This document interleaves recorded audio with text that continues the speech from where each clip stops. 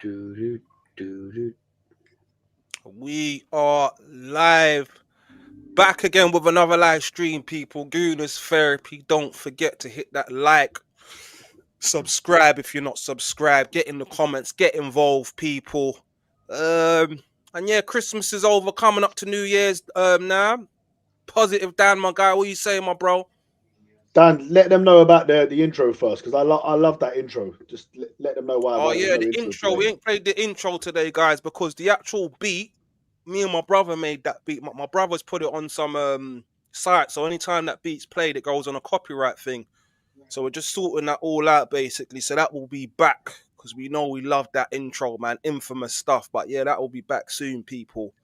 Because we've just recently been monetized only about a week ago. So yeah, I mean this stream wouldn't be able to be monetized with that. So it's a technical issue. We're working on it, and hopefully we get the tune back. But yeah, I'm feeling good, Dan. I had a good Christmas. Good time with family. Arsenal top of the Premier League, top of the Champions League, and now ready to get into the new year. Some massive games coming up, starting with, of course, tomorrow, Aston Villa at home, followed by Bournemouth away, who are not doing so well, and then, of course, Liverpool in the 8th. Hmm. So big games for Arsenal.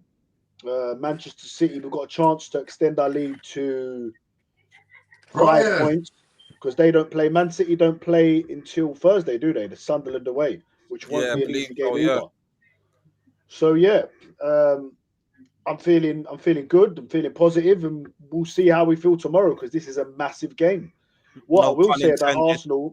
Arsenal this year, this season, as well as we've done, we have not really won a big game. I know we beat Spurs in the league, which is always a big game for us, but they're not doing so well. Any of the top sides we've come up against, we lost to Liverpool, we drew with City, we drew with Chelsea, and of course we lost to Aston Villa. So I'm hoping we can put that right tomorrow with a big statement win. I think if we beat Aston Villa tomorrow, that puts them out of it. For me, if we go six ahead of them, I don't see them catching us. I wouldn't say the same about City, of course, because they've proved time and time again what they can do. Hmm. So yeah, I think it's a humongous game tomorrow. Massive. Jez, what you saying, my brother? YouTube legend, my guy. How you feeling, man? How was Christmas and all of that? How you feeling about the team? well, it's going to be an interesting night tomorrow night, isn't it? We've got to get it over the line. Look, it's history of Arsenal, and I'm not just talking about Arteta. Right, Arsenal like to fall apart at Christmas. We've done it with under managers before, Wenger, Terry Neal. So yeah, we just got to get it over the line and get past it. We got a tough fixture list coming up, and we're going to see what this team is really all about, and whether Mikel can actually get the team ready and go for it. Because what I don't want to see, guys, is Mikel doing stupid nonsense like he did the other day, um, risking a partly injured player who breaks down in the warm up, and then we have to change the team just before the start of the game. I don't want to see any of this anymore. Fed up with it. Um, when you actually analyse the amount of players he's injured, not he personally, but the amount of players that have gone through injuries at Arsenal, it's quite shocking, really. And It's I not good. question why. But that's open for discussion. Jason, what you saying, my brother? How you feeling? Big game tomorrow. Yeah, good. Just recovering from Christmas. I was away in Derbyshire for a few days. I only got back Saturday, so I didn't actually see the game. So actually, it was super interesting because I suppose I was listening to it online, following the discourse online, seeing the discourse after the game, and So I'm looking forward to tomorrow. Tomorrow's a huge game. Obviously, watch the Villa game. They did well. It's not going to be an easy game. But there's lots to get through, lots to unpack. I think Jez just touched on the issue in terms of injuries, and I'm sure we'll get to that a little bit later. But yeah, look, positive ahead of tomorrow. I'm positive going into every game. We're top of the league, and we're top of the league for a reason. So yes, I don't think you can go into games negative. I see people coming into games hoping for score draws and stuff like that, and I'm just like, nah. 2-3 years ago, I could absolutely understand that, but tomorrow's a game that we should be winning. We should be going into it expecting to win it, and I'm certainly going into it expecting to win it. And if we don't win it tomorrow, I'll be disappointed. All right, James, my brother, how you feeling? What's happening? No, good. Right, my opening gambit is this. Right, me and Jez, the old boys here. Basically, I've been watching football a long time, played it a long time. Is this every time people miss this out?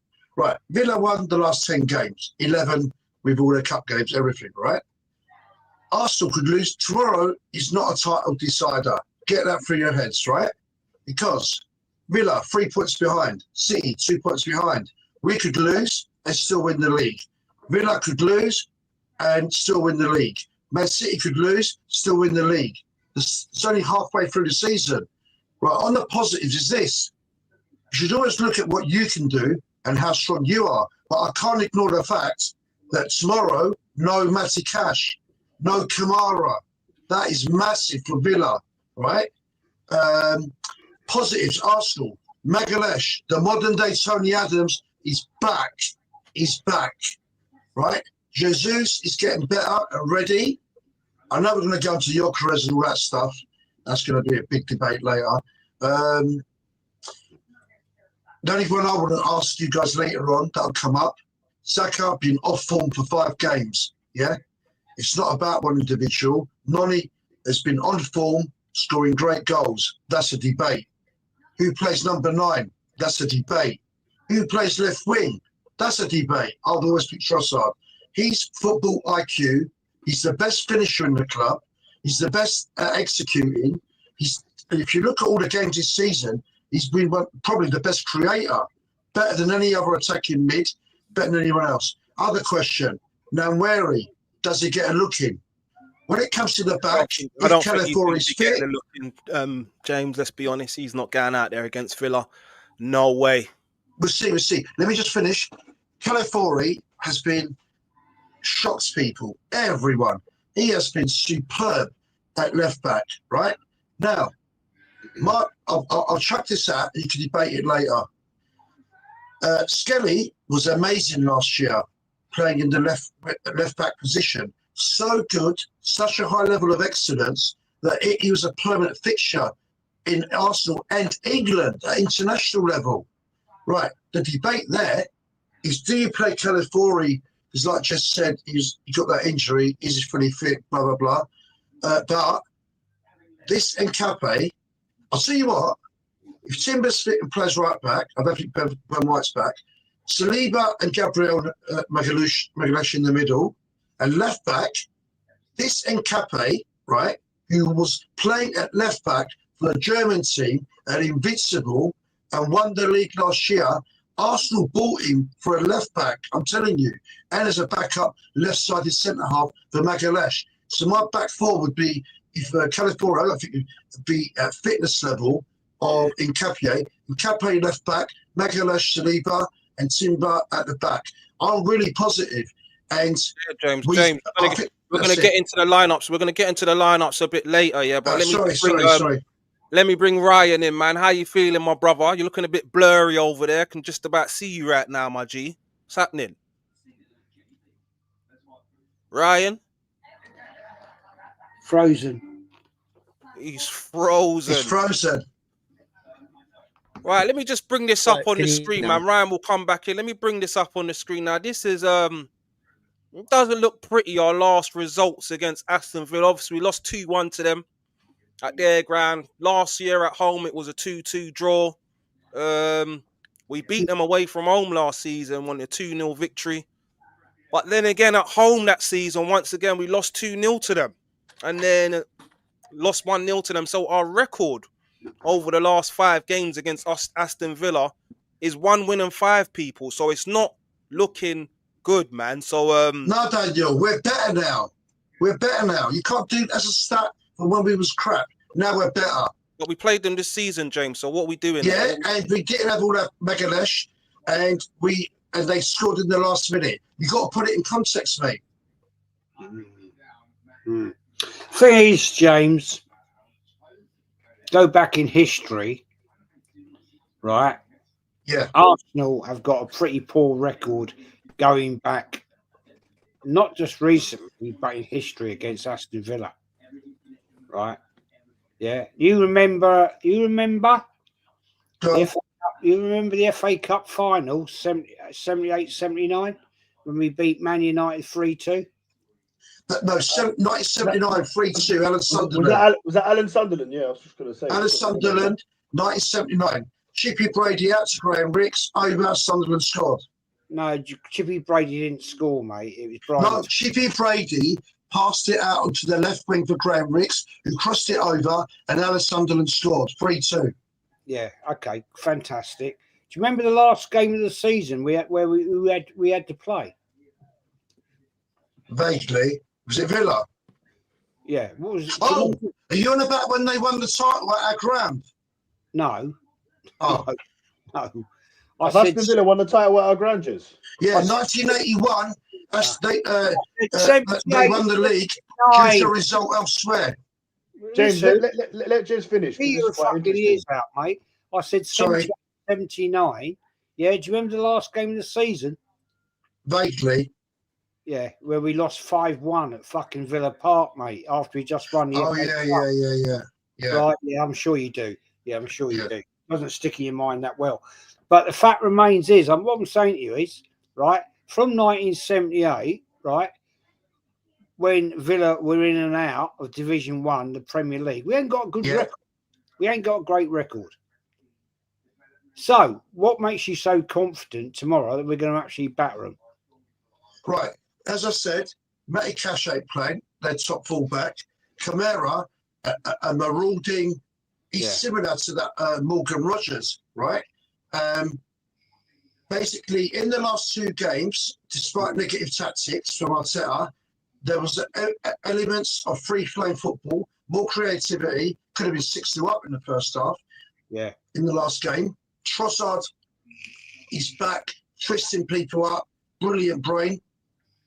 Saka's not playing well, but he's still doing stuff. I think he's been getting the assists. Our goalkeeper is world-class form. Magalesh back with Saliba. The defence looks good. Declan Rice is on fire. What assist did Saka give on the other day? Not in the last several games, Jess. Anyway, but Declan Rice is on fire. Zubimendi's back on form. Odegaard is on fire. Looking at all those factors, I can see us beating Villa and going on, and then smashing up Bournemouth.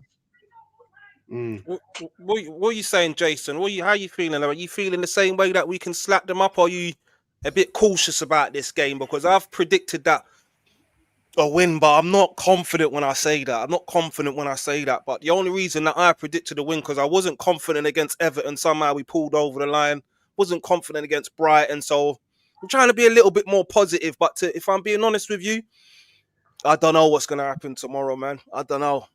Look, I think for me, I think the way that Villa play, they're incredibly organised, and what we have seen over the course of the last few seasons is that we sometimes struggle against those sorts of sides. Villa come and they play with a very, very, very well organised mid block. They don't really press; they just kind of sit in that shape, and they ask you to ask questions of them. And if you haven't got the quality to do so, it makes for a long day because they're able to break. When they break with pace and with power through the middle of the park. With Rodgers, with Watkins, and they are very clinical in front of goal. So they don't need many chances to score goals. And that's, I think, one of the things about Unai Emery's sides. They're not necessarily the most attractive to watch, but when they do, they do well, and they do it effectively. I don't think that the games that we've played against them recently, and I saw the stat that you brought up, and yes, the results necessarily don't, but I think the games and the quality, and it's not like we've gone there and we've been thumped. We haven't got great results there, but we've not necessarily been out of games. I remember the game that we played against them at the Emirates. I think the first few minutes, Havertz had played in midfield that game, and no one could really understand why. But I think when you're playing against a side that play with a mid-block, you want deep runners. So I think tomorrow Gyökeres has to play. I think Martinelli has to play. I think we have to have players that are going to look to run and look to get in beyond their back line. If we don't do that and you don't disrupt their back line, you make it very easy for them. They rested Watkins, they rested Onana on Saturday, and we saw the difference that those two players made in the space of 5 minutes coming on the field. And I think that was obviously very deliberate. I think people were talking about, Watkins has been dropped, and I think Emery knew that the Arsenal game was coming up, and he wanted the pace and power of Onana in the middle of the park to kind of combat Declan Rice, who's been on an absolute rampage the last few weeks, and he wanted Ollie Watkins to be a little bit fresher to give our back line, whoever is fitting that back line. And on that, Ollie Watkins, he does seem to give us problems when we play against him, man. He does seem to give us problems. So, look, a lot of our fans, concerning. A lot of our fans are poo-hooing it when he came up as an option last year, and I could never understand why, because you aren't buying Ollie Watkins. You aren't buying Ollie Watkins to come in for 5-6 years and be the future of the club for the next decade. Yeah. Premier League proven. I agree. He's a gooner. He's a gooner. Ollie Watkins is a gooner. Look, Ollie Watkins misses chances, but he also scores chances, and he makes his own chances. Something for me that Gyökeres just isn't doing. Jason, you've just said you want him to start. I want to see Gabriel Jesus start in that game. I'm hoping that we might even see Kai Havertz on the bench. For me, Gabriel Jesus were a better football team. And look, everyone's moaning, despite us being top of the league, that we're not scoring enough, we're not playing as fluid. We will be a more fluid team with Gabriel Jesus in the team compared to what Arteta does, which is a false nine. Gyökeres does not fit this system unless the system changes. Jesus, in his first season, transformed Arsenal. He has to play him. Look, I think what we've got now, James, let me ask you something. Hang on, Ryan, let me just come in quickly. What I think we've got now is we've got options. We've now got certainly 3 or 4 forward profiles who all give us something very, very, very different. Like I said, for me, when you're playing against a team that defend the way that Villa do, you absolutely need people that get in behind that back four. And I don't think Jesus does that. I absolutely understand why you'd want him to start. I think that the Bournemouth game is probably a better suited game for him. But Jason, Gyökeres had 45 minutes. It came on at Villa Park. I was there, and I thought, this is your moment now. This is your moment. Get a big goal in a game. And we scored. Trossard got a goal, and he just for me, just done nothing. So when I'm at that Emirates tomorrow and that team sheet and an hour before the game and we're in the pub and we're all looking at our phones, I want to see Gabriel Jesus starting. Give me a fan to the stadium anyway. But go on, Ryan. What did you want to say to James? Just want to say one thing as well with Aston Villa. Just had to do some research. We played them 61 times in the Premier League, and we've beaten them 32 times. They've beaten us 14 times and 15 draws. That's in the Premier League era. Brian, why did you go back to 61 games, Dan? I just did the whole Premier League because I was intrigued by what Jez said. Obviously, he goes. Is Ryan frozen again? I don't know what's going on with Ryan, man. I think Ryan's frozen again. Hey, Ryan, pay your internet bill, man. I know, but listen, the geezer's on EastEnders. He's an actor, and he comes on, and every time he comes on, it's all muffly and that. What's going on? But he should have the best, man. No, because he's a movie star and he's a filmmaker, he should have the best camera set in the world. Exactly. He keeps in the Socrates pose. All right, Dan, did I see someone? No, so just quick thing. Jason, I've got to touch on this because I thought I saw a little comment in there. Someone talking about Aaron proposing a boxing match. He don't want that smoke, Dan. He don't want that smoke. Daniel, don't entertain rubbish. Daniel, don't talk to little kids, man. Right, Jason, you're very interesting. So when you said that Jesus wouldn't do them runs, who would you like to see up front, Jason? And who do you think would best link up against Villa, Jason? I think that when you're playing against Aston Villa, I think you need a transitional threat. I think you need a transitional threat, but also a threat that stretches their back line.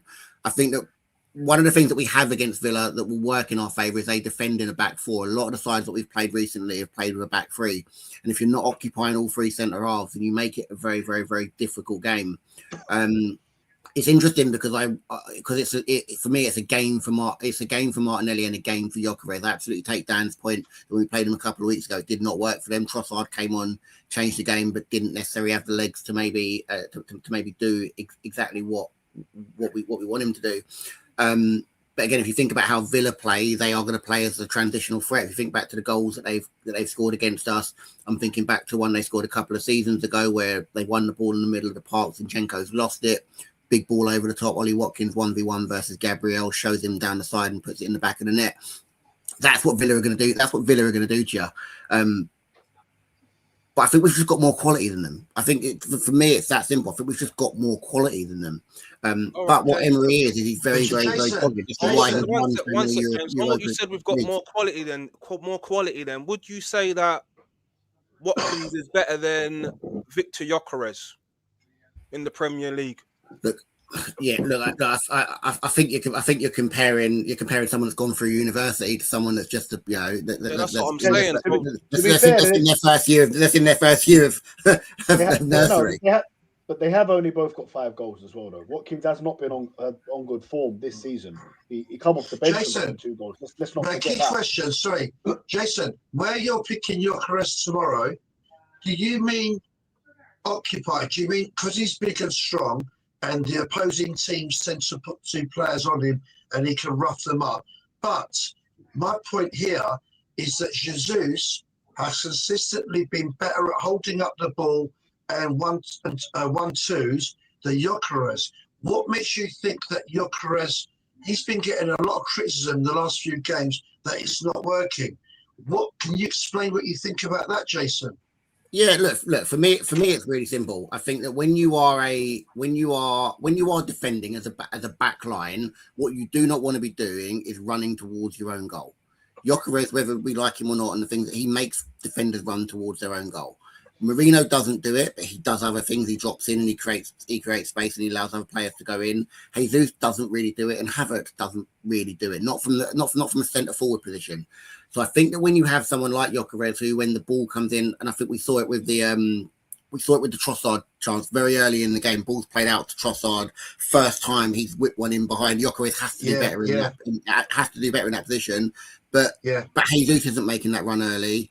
Havertz isn't making that run early. Marino isn't making that run early. The idea that you kind of get in, and that's what you have to do with Villa behind. And I think Chelsea were able to do it very well, very effectively. They had a good chance where, again, same sort of thing. Balls played out to Pedro Neto, whipped in ball first time, just in behind the back 4, and you get forward runners. I don't think that whilst we have other qualities that Jesus, that Havertz, and that Marino bring when they play up front, stretching defensive lines is not one of them. And I think when you're playing Villa, you absolutely have to stretch their defensive line. What we've done this season is scored a lot of own goals. I think Villa are the sort of side, particularly with players like Tyrone Mings in the back line, who if you put dangerous balls and crosses into areas, they are absolutely, he doesn't have the best feet. Martinez isn't necessarily the safest coming out for crosses. So I think you can absolutely get at them. But I think you have to play. I think you have to play the occasion and not let the Emery thing get to us. You just have to play them for what they are. Yeah. What's your thoughts on Gyökeres starting or Jesus? What's your thinking behind it, Jez, mate? Well, this is an interesting one, isn't it?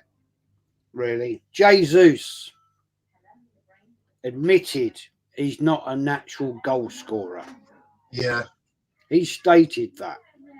Yeah. Which is, that's a bit of a worry, really. So who would I pick between Jesus or Gyökeres? Gyökeres really hasn't hit the level yet. And I say yet. We all know it can take certain players to fit into the league. We're now at Christmas time, and I was expecting more. Yeah, I was expecting more. Yeah. But having looked at the feed that player gets, I'm not really surprised, to be honest, because to me, Saka's got very selfish. Yes. Facts.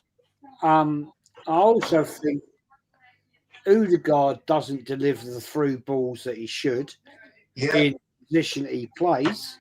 Yeah. Now, this like I'm going to be controversial here.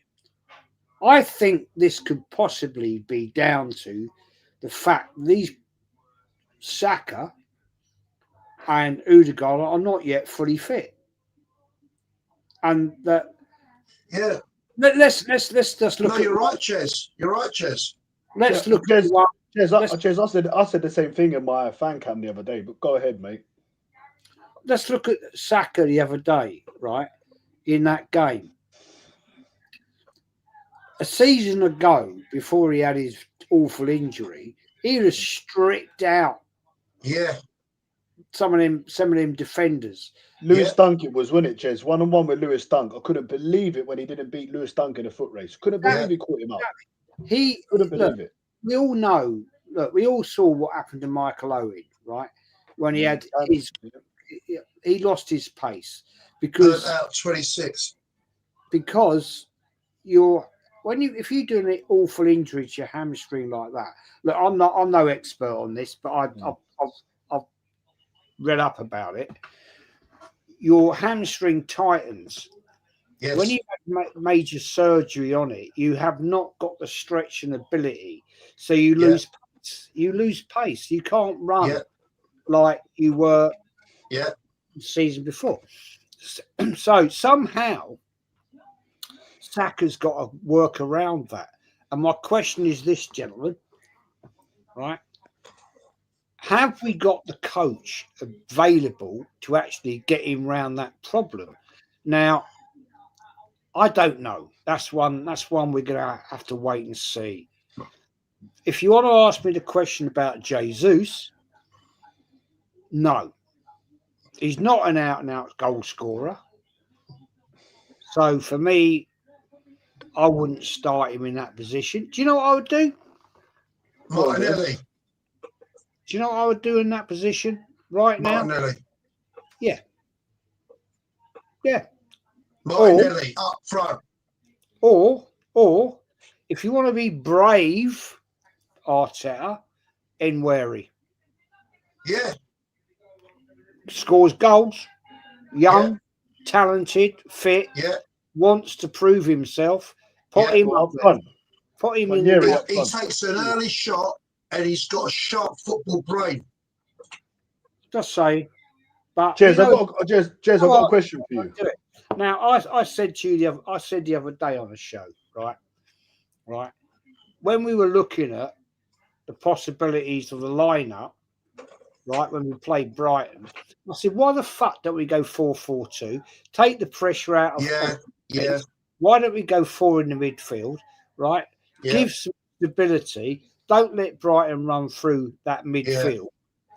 No, what do we do? 4-3-3. Same old shit. Now, if I can predict it, you telling me that a real manager, I'm not a manager. I'm not a manager, right? I've watched football for a lot of time, like we all have, yeah? But I can see the frailties. I can say, fuck me, let's change this up now. We did win the game, though, Jez. And if we'd gone 4-4-2 and lost the game or not picked up points, what would everyone have said? But I know what Jez is getting at. Let me just come back to that one. Let me come back to that. Right?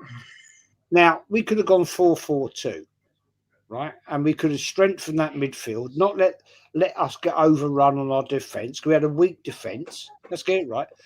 You just said we won the game. Yes, we did. We did, didn't we? We won 3 points. Fantastic. I'm happy with it. From an own goal. 2 games on the bounce, we've won from an own fucking goal. Are you happy about that? Are you? When I look at the league table, I don't see a little asterisk. I'm happy about it. Yeah, I'm happy that we're attacking in a way that creates panic and pandemonium. I don't know. I'm not sure. So you're happy we win from own goals? Yeah, I'm not sure why I'm happy that we win. I don't care how. Fuck me. Fuck's sake. Jesus. 2 things. The delivery has caused panic and fear. Yeah, that's what I was going to say. These teams are fearing from our deliveries. They're so good that they're putting it into No, it's not even that. That is not our fault. Right. No, that is not our fault. That is not our fault. Right now in Europe, Well, I think when we're looking at So, own Jason, goals, No. Sorry. Hold on a minute. Spurs won the Europa League last year, and every Arsenal fan was losing their mind. They won it by an own goal. Does anyone remember that? They had a parade, quarter of a million people, and it was one of their best days in their history, even though they finished 17th. Yeah. An own goal is still a goal. Let's have it right. Yeah. If you lose Good, a game, Jason. you only score an own goal. You can say that. If I told you How many goals do we score from open play? Jez, if I said to you now, if I said to you now, we're going to win tomorrow, but it's going to be an own goal from Consa or whoever for Villa, would you not take it, or would you say, "Nah, I'll let the game play out and risk maybe drawing or winning"? Or I don't look. I've just said to you, right. You don't score goals, own goals, and win a season. You don't, right? Of course Okay. you do.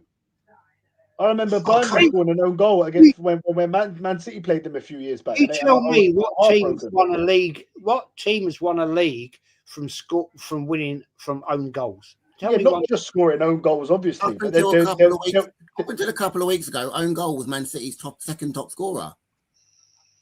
That's true. Yeah, no one said a thing. And I wouldn't mind if own goals were a defender on the halfway line turning it around and dinking it over the goalkeeper. I could Tell absolutely me understand what one you're saying. team that has won a league from winning by own goals. Tell me one team.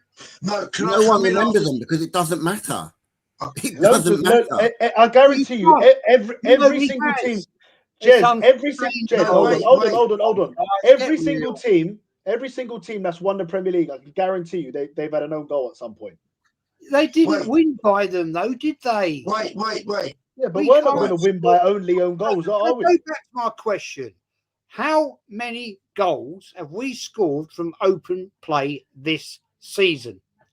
90%. We're the second top goal scorers in the league. No, we haven't, James. We're the second top goal scorers Can in I the just league. make one point? Jez, can I just say one point? It's not our problem, it's the opposition's problem. That's a It's great, the way great people. comment there. No, it's the way it's been. It's the way it's been portrayed, right? Guys, you're all fans. Sorry, Jez. You know your facts. How many goals have we scored from open play this season? I don't know the exact stat, but it's the majority. What is it? 40 No, it's goals? not. Listen, I'll No, answer it. it's not. No, Jez, it's not. let me answer it. 14 goals is it? I'm not sure why it matters. I'm not This sure why it matters. You people. No, Daniel, let me You answer it, don't know Jez. your facts. You Let me don't answer know you, your Jez. facts, I James, do. Listen you don't to know me. your facts. How many Dude, goals? listen to me. Listen to me. Can I speak? Right, listen to me. These are the facts, right? Go on, then, Declan Rice. give me the facts. Declan Rice is noted by world football at this current time as a bit like Beckham was when he was at his peak at Man United, where the ball is so good, half the goal is already scored. Hence, the other day, when he put the ball right from a corner, right on the net, on free kicks, he puts it in a position where anyone can touch it. Even the opposing player is so pressurised by the Arsenal attack. Wait, let me finish. Let me finish. No, but let me finish. I'm answering you. I'm answering you, Jez. I'm answering you. He puts the ball in such a position. Yeah, but all the other ones ain't own goals, Jez, are they? Also, all this about we are free kick kings. They are attackers, which everyone keeps slagging off. Attack, they get chopped down, free kick. You get a free kick because you're attacking and they're chopping you to stop you. Saka's corner, the other game, even though he's been off form, he put it between the stanchion, so much pressure, the keeper and everyone, it's a goal. When you say own goals like, oh, someone kicks it off someone and it goes in. No, these are different types of own goals. And the majority of goals scored this season by Arsenal Football Club have not been own goals. It's been, what, 3 or 4? Have you Googled it yet? I don't need to. Give me the answer. James, I'll, off the top of my head, I think it's about 14, isn't it? Because we've scored maybe 2 or 3 penalties. I don't know. Did they even count as set pieces? We scored quite a lot from corners. I can only remember 3 own goals. No, 2 I'm against talking Wolves. from open play. I'm not saying. I'm not. Yeah, so open play. What is it? I think we scored 30 goals. How many are from open play? I'd imagine about 19. So even more than. So 19. You don't know it, and you're an Arsenal fan.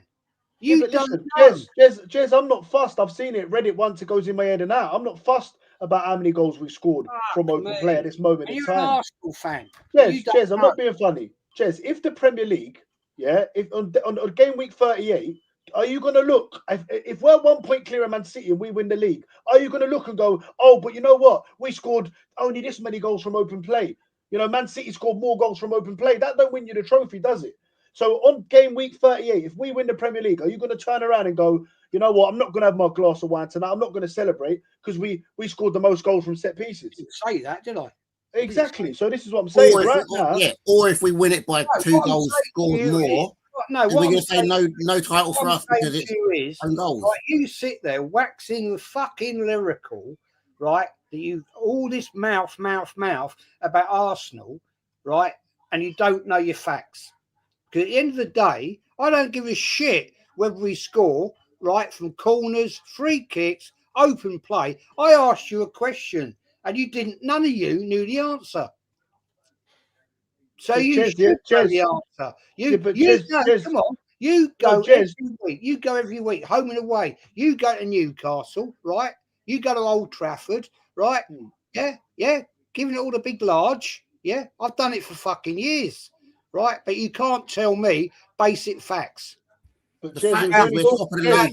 Hold on, Jason, let me finish. No, shut up. Sorry, that's rude. That is rude. Thank you. That is rude. I apologise. You're sitting there with your shirt on, right, with that club badge on, and you can't tell me the facts about this club.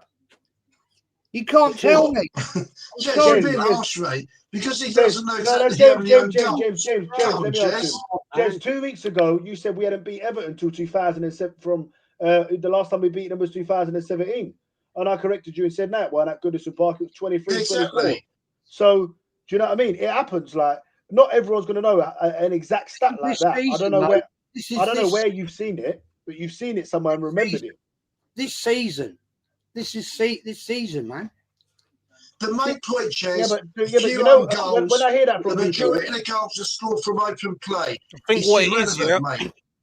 I think what he's alluding to is that we haven't been scoring goals from open play, which is we have been scoring goals, but there's been a lot of goals from set pieces and own goals, and it comes back to the buzzword. What's going on right now is sustainability. Can we keep going? Are we going to win a title like this if we're not playing through the football and we're not scoring from open play? Daniel, I know what you're talking about. In the last game, there was chances to score 5 to 6 goals in the first half in a lot of the previous games, and the execution has been appalling. So I know exactly what Jez is saying. Yeah, exactly. So when we're talking about the execution, Jez, we already know this. We've got Victor Gyökeres. We don't know what he's going to turn out to be. Can't rely on him to eat his dinner. Then we've got Jesus. We know he's not a killer. Havertz is apparently back in the squad. He might be in this team lineup for the Aston Villa game. He's not a killer. So this is going to be a problem going forward. That's the way I'm feeling. We need to start getting clinical. My issue is that when we are creating chances, but we can't eat our dinner. There's no killers. But even Saka's off form. Saka scored, I think, 3 goals this year in 2025, and I couldn't believe that. He's been hitting balls over the net. He's not. He used to be guaranteed to be shots. Look, Jez, I've got a question for the panel here, right? And I'm going to go to Jez first, and I want your honest answer, right? Because I've asked you many times on this panel, right? If Arsenal can win the league, and you've said you're 50-50. That's what you've kind of stuck to the whole way through. If we don't win tomorrow, have you given up on the title? If we don't beat Aston Villa tomorrow? No, you've not. No. All right. What if we were to lose? Sorry, say again, mate. Sorry. What if we lost to Aston Villa tomorrow? Would you say it's done? Or would you? No. Would you still? No. They said no. Because I always believe in my club. Yeah. Good. Great to hear that. Brilliant stuff. What's your prediction for tomorrow, Jez? What do you think? How do you see the game going? Oh, mate, I swear down. It's a tricky one. I'm not going to sit here, Dan, and be ultra positive right now because I think Emery has a mark on Arteta. To be honest with you, mate, it's either going to be, I would say it's going to be a 2-2, or it's going to be a dirty 2-1 to Villa. Oof. I know, Cheers, mate. look, I know that's a horrible thing to say, and as a realist, you asked me the question. I never give up on my team. I never give up on them, right? Yeah, I love that. Never have, never will. But I'm being realist here. The way it's Jez, have you taken into account they got no Matty Cash tomorrow? We got Magalesh back. What about when you take that into account? Do you still think it'd be 2-1, 2-2 to them? well, we don't know he's going to be back, do we? Yeah. Yeah, he came on. He came on against Brighton for the last 20 Yeah, we minutes. don't know he's going to be fit, though, do we? Oh, I think he'll definitely start tomorrow. 100%. I'm pretty sure of that. Is he Yes, fit? last question. Thing Do is, you think home advantage he came will on help against Arsenal? Brighton. Oh, come on. He came on against Brighton. Do we know he's actually fully fit? Yeah, I think he looked fit. He looked fit to me. I think he'll definitely start tomorrow. I don't Last see a point. way. Is it where- another Jez, case of quick him being question, rushed back? Jez. Arteta rushing players back again. That's the question you've got to Yeah, start Yeah, but asking listen, yourself. no matter when he come back, people will be saying he's getting rushed back. Do you know what I Yeah. mean? I hear that. Yeah. So, and Quick if he goes question and to scores the Jez. winner tomorrow, Do we you keep a clean think? sheet. Yeah. Jez, Everything quick in question. hindsight is easy. Yeah. Do you think home advantage will help Arsenal like it helped Villa at Villa Park? The only thing I want to say right now, Positive Dan, I've dragged you over 200 people, right? So Yeah, go. someone just said Lee Gunner raid, was it? I'm just going to help you. That's through my channel, mate. That's through Thank you very much. We very Hey, much big up, appreciate Jez. that. Big up, Jez. Jez. Hey, for Jez. me, back to your question. Let me Good. go on to Dan's question about us winning the league now. A couple of Right weeks now, ago, mate, Dan. right now they're piling in. All right. So They are, I know. show some respect, all right? Of course, we're very grateful, mate. Thank you very much. Jez, Love answer each my and every question. time, man. Let's go back to Dan's question, James, mate, about if we Sorry. lose tomorrow to Villa, is the title over? I don't think it's over, no, if we lose tomorrow. But I spoke to Dan a couple weeks ago and call me negative. I don't think we're winning this league, unfortunately, man. And there's many reasons behind that. One of them is I saw something the other day. Of all the title-winning sides that you've seen, there's always a killer in there, a player that's going to get you 20 goals that season, a difference maker. I don't think we've got that in this Arsenal squad. Another reason, obviously, Man City. Yeah, I've expected them to drop some points over the last few games. It's not happening. Yeah, and they're just looking like a machine. And then the third reason is that man Mikel Arteta, unfortunately, man. I don't think we're gonna do it, Well, let me unfortunately. I hope and pray that we do. I'm trying to remain positive. Well, negative Dan, Even if we win tomorrow. can you admit this? Out of these three clubs, can they all potentially win the league? Arsenal, City, Villa. Yeah, potentially, yeah. And the only reason Right, I so say you can't Villa is say- because we've seen Can't Leicester say win that the league. Arsenal won't win the league. Potentially they can. Potentially they can, but I don't think they will, and I don't think Villa will win it. I'm tipping Man City, unfortunately. I don't want to do that. I hope I'm proven wrong. I'm Right. proven wrong. Let Jason speak.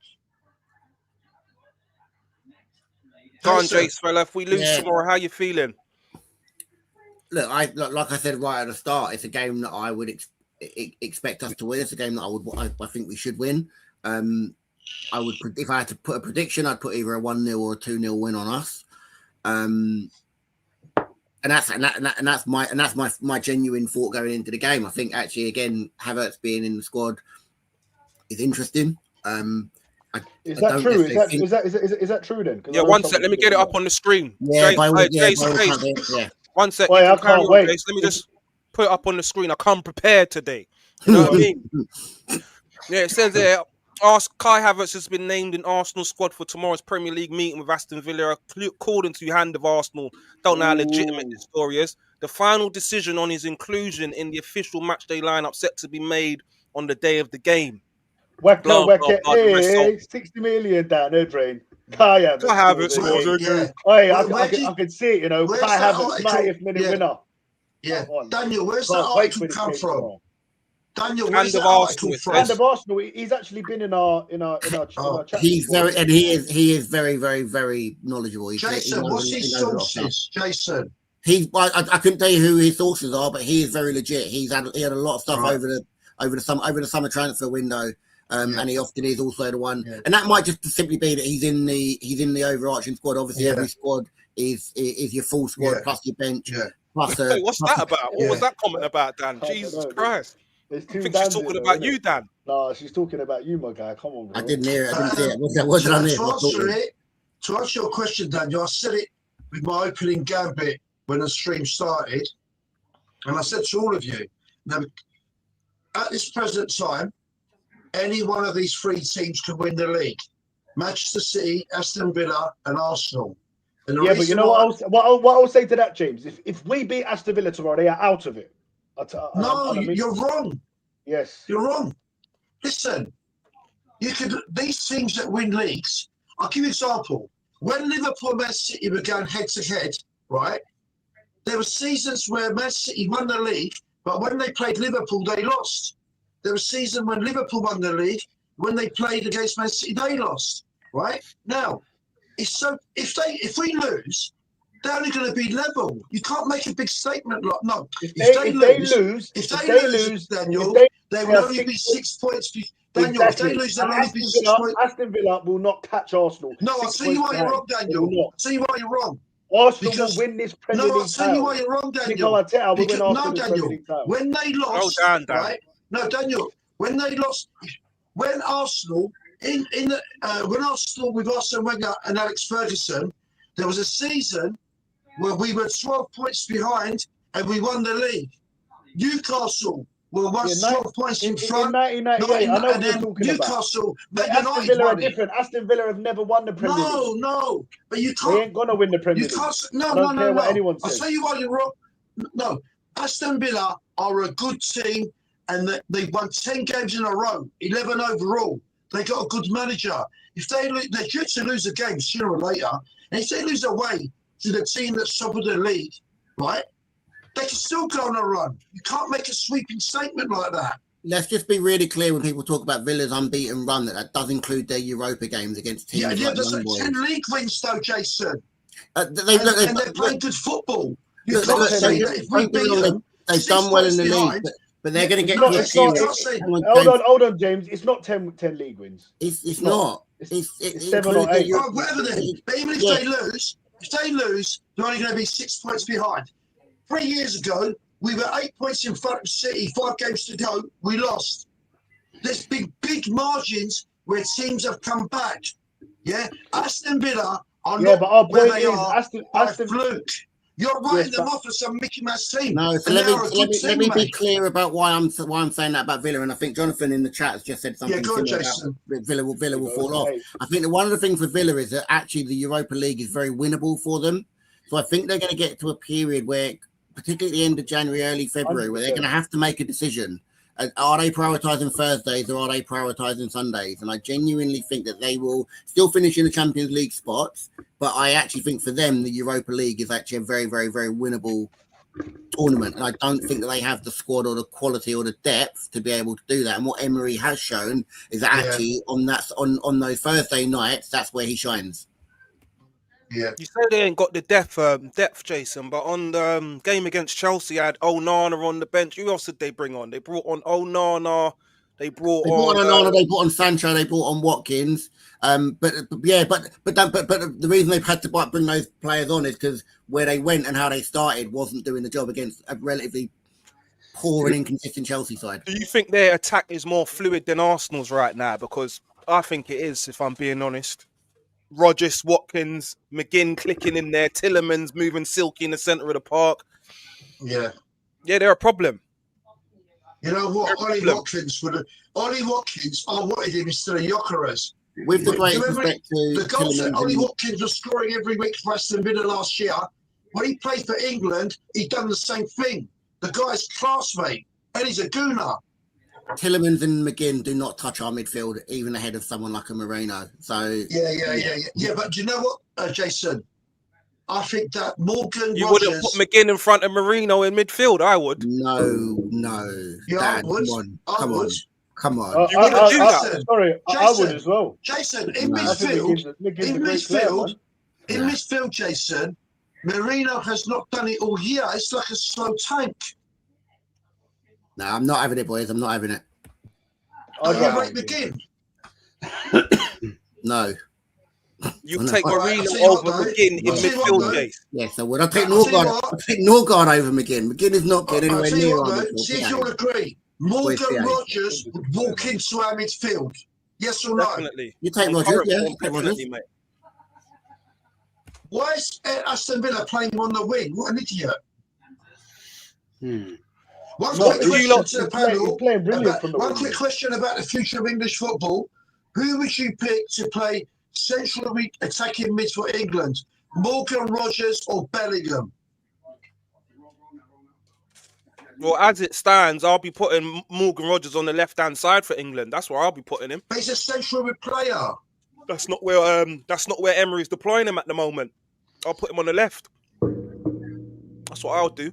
Jason, who He's would you pick for England? probably the Bellingham? most effective. He's probably the most effective left winger at the minute that we've got in the league. Yeah, but when it comes to England, would you pick Bellingham or Rogers? I Bellingham. personally am Bellingham not sure all day what- long. Bellingham all As a- day long. as a What are we 10, doing here? As a 10, I'm probably going with Bellingham. But Of course. my thing with Bellingham is I'm not sure I've ever really seen enough from him that makes me think this guy is what everyone says that he is. I'm not really sure.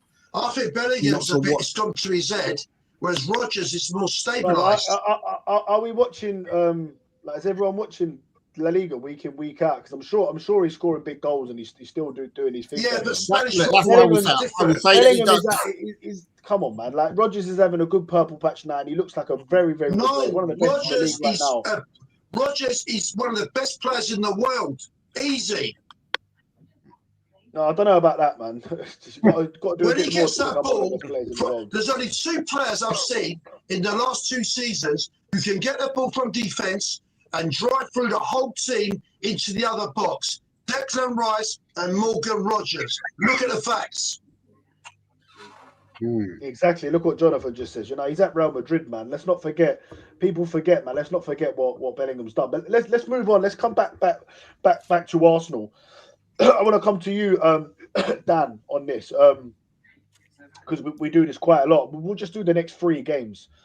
How do you feel about the next 3 games? Because the last so Everton we drew last year with. Remind me of our last game. Brighton. And Brighton we drew with, right? And the next game we play is Aston Villa, who we also drew with at home. This exact fixtures. And after that we play Bournemouth, who we lost to. And after that we play Liverpool at home, who we drew to. So these are all games that we drop points in. And so far we've won at Everton, and now we've gone and beat Brighton at home. So that's an extra 4 points than last season. Now we go into Aston Villa. So let's do the next 3 games. Aston Villa at home, Bournemouth away. Bournemouth, who they've lost. They started well, but they've lost 3 of their key players. One went to PSG, one went to Liverpool, one went to Real Madrid. They don't look the same team. They're 9 points above safety right now. I think it's a good time to play Bournemouth. And then after that, of course, Liverpool are just coming into a bit of form at the Emirates under the lights. I think it's January the 8th. I think it's on a Thursday night. So it's going to be a great atmosphere. I'm happy tomorrow is under the lights, and it's going to be a great atmosphere again because it's a big game. The Emirates seems to come alive on big games. What's your thoughts? And we'll go to everyone after this. We'll just keep it brief, and everyone just how many points are we going to get, Dan, out of the next 3 games in your opinion? I think we will get 7 points. I think there's a draw in there somewhere. The big games tomorrow for me, Aston Villa, out of the 3 games, based on form, players that we're coming up against, we've already lost to Villa this season as well. So they'll be right up for it. I think that's the hardest game, but for some reason, I think we're going to do them. When I watched Chelsea against Aston Villa, they just didn't eat their dinner in that first half. They had them on 100%. the ropes.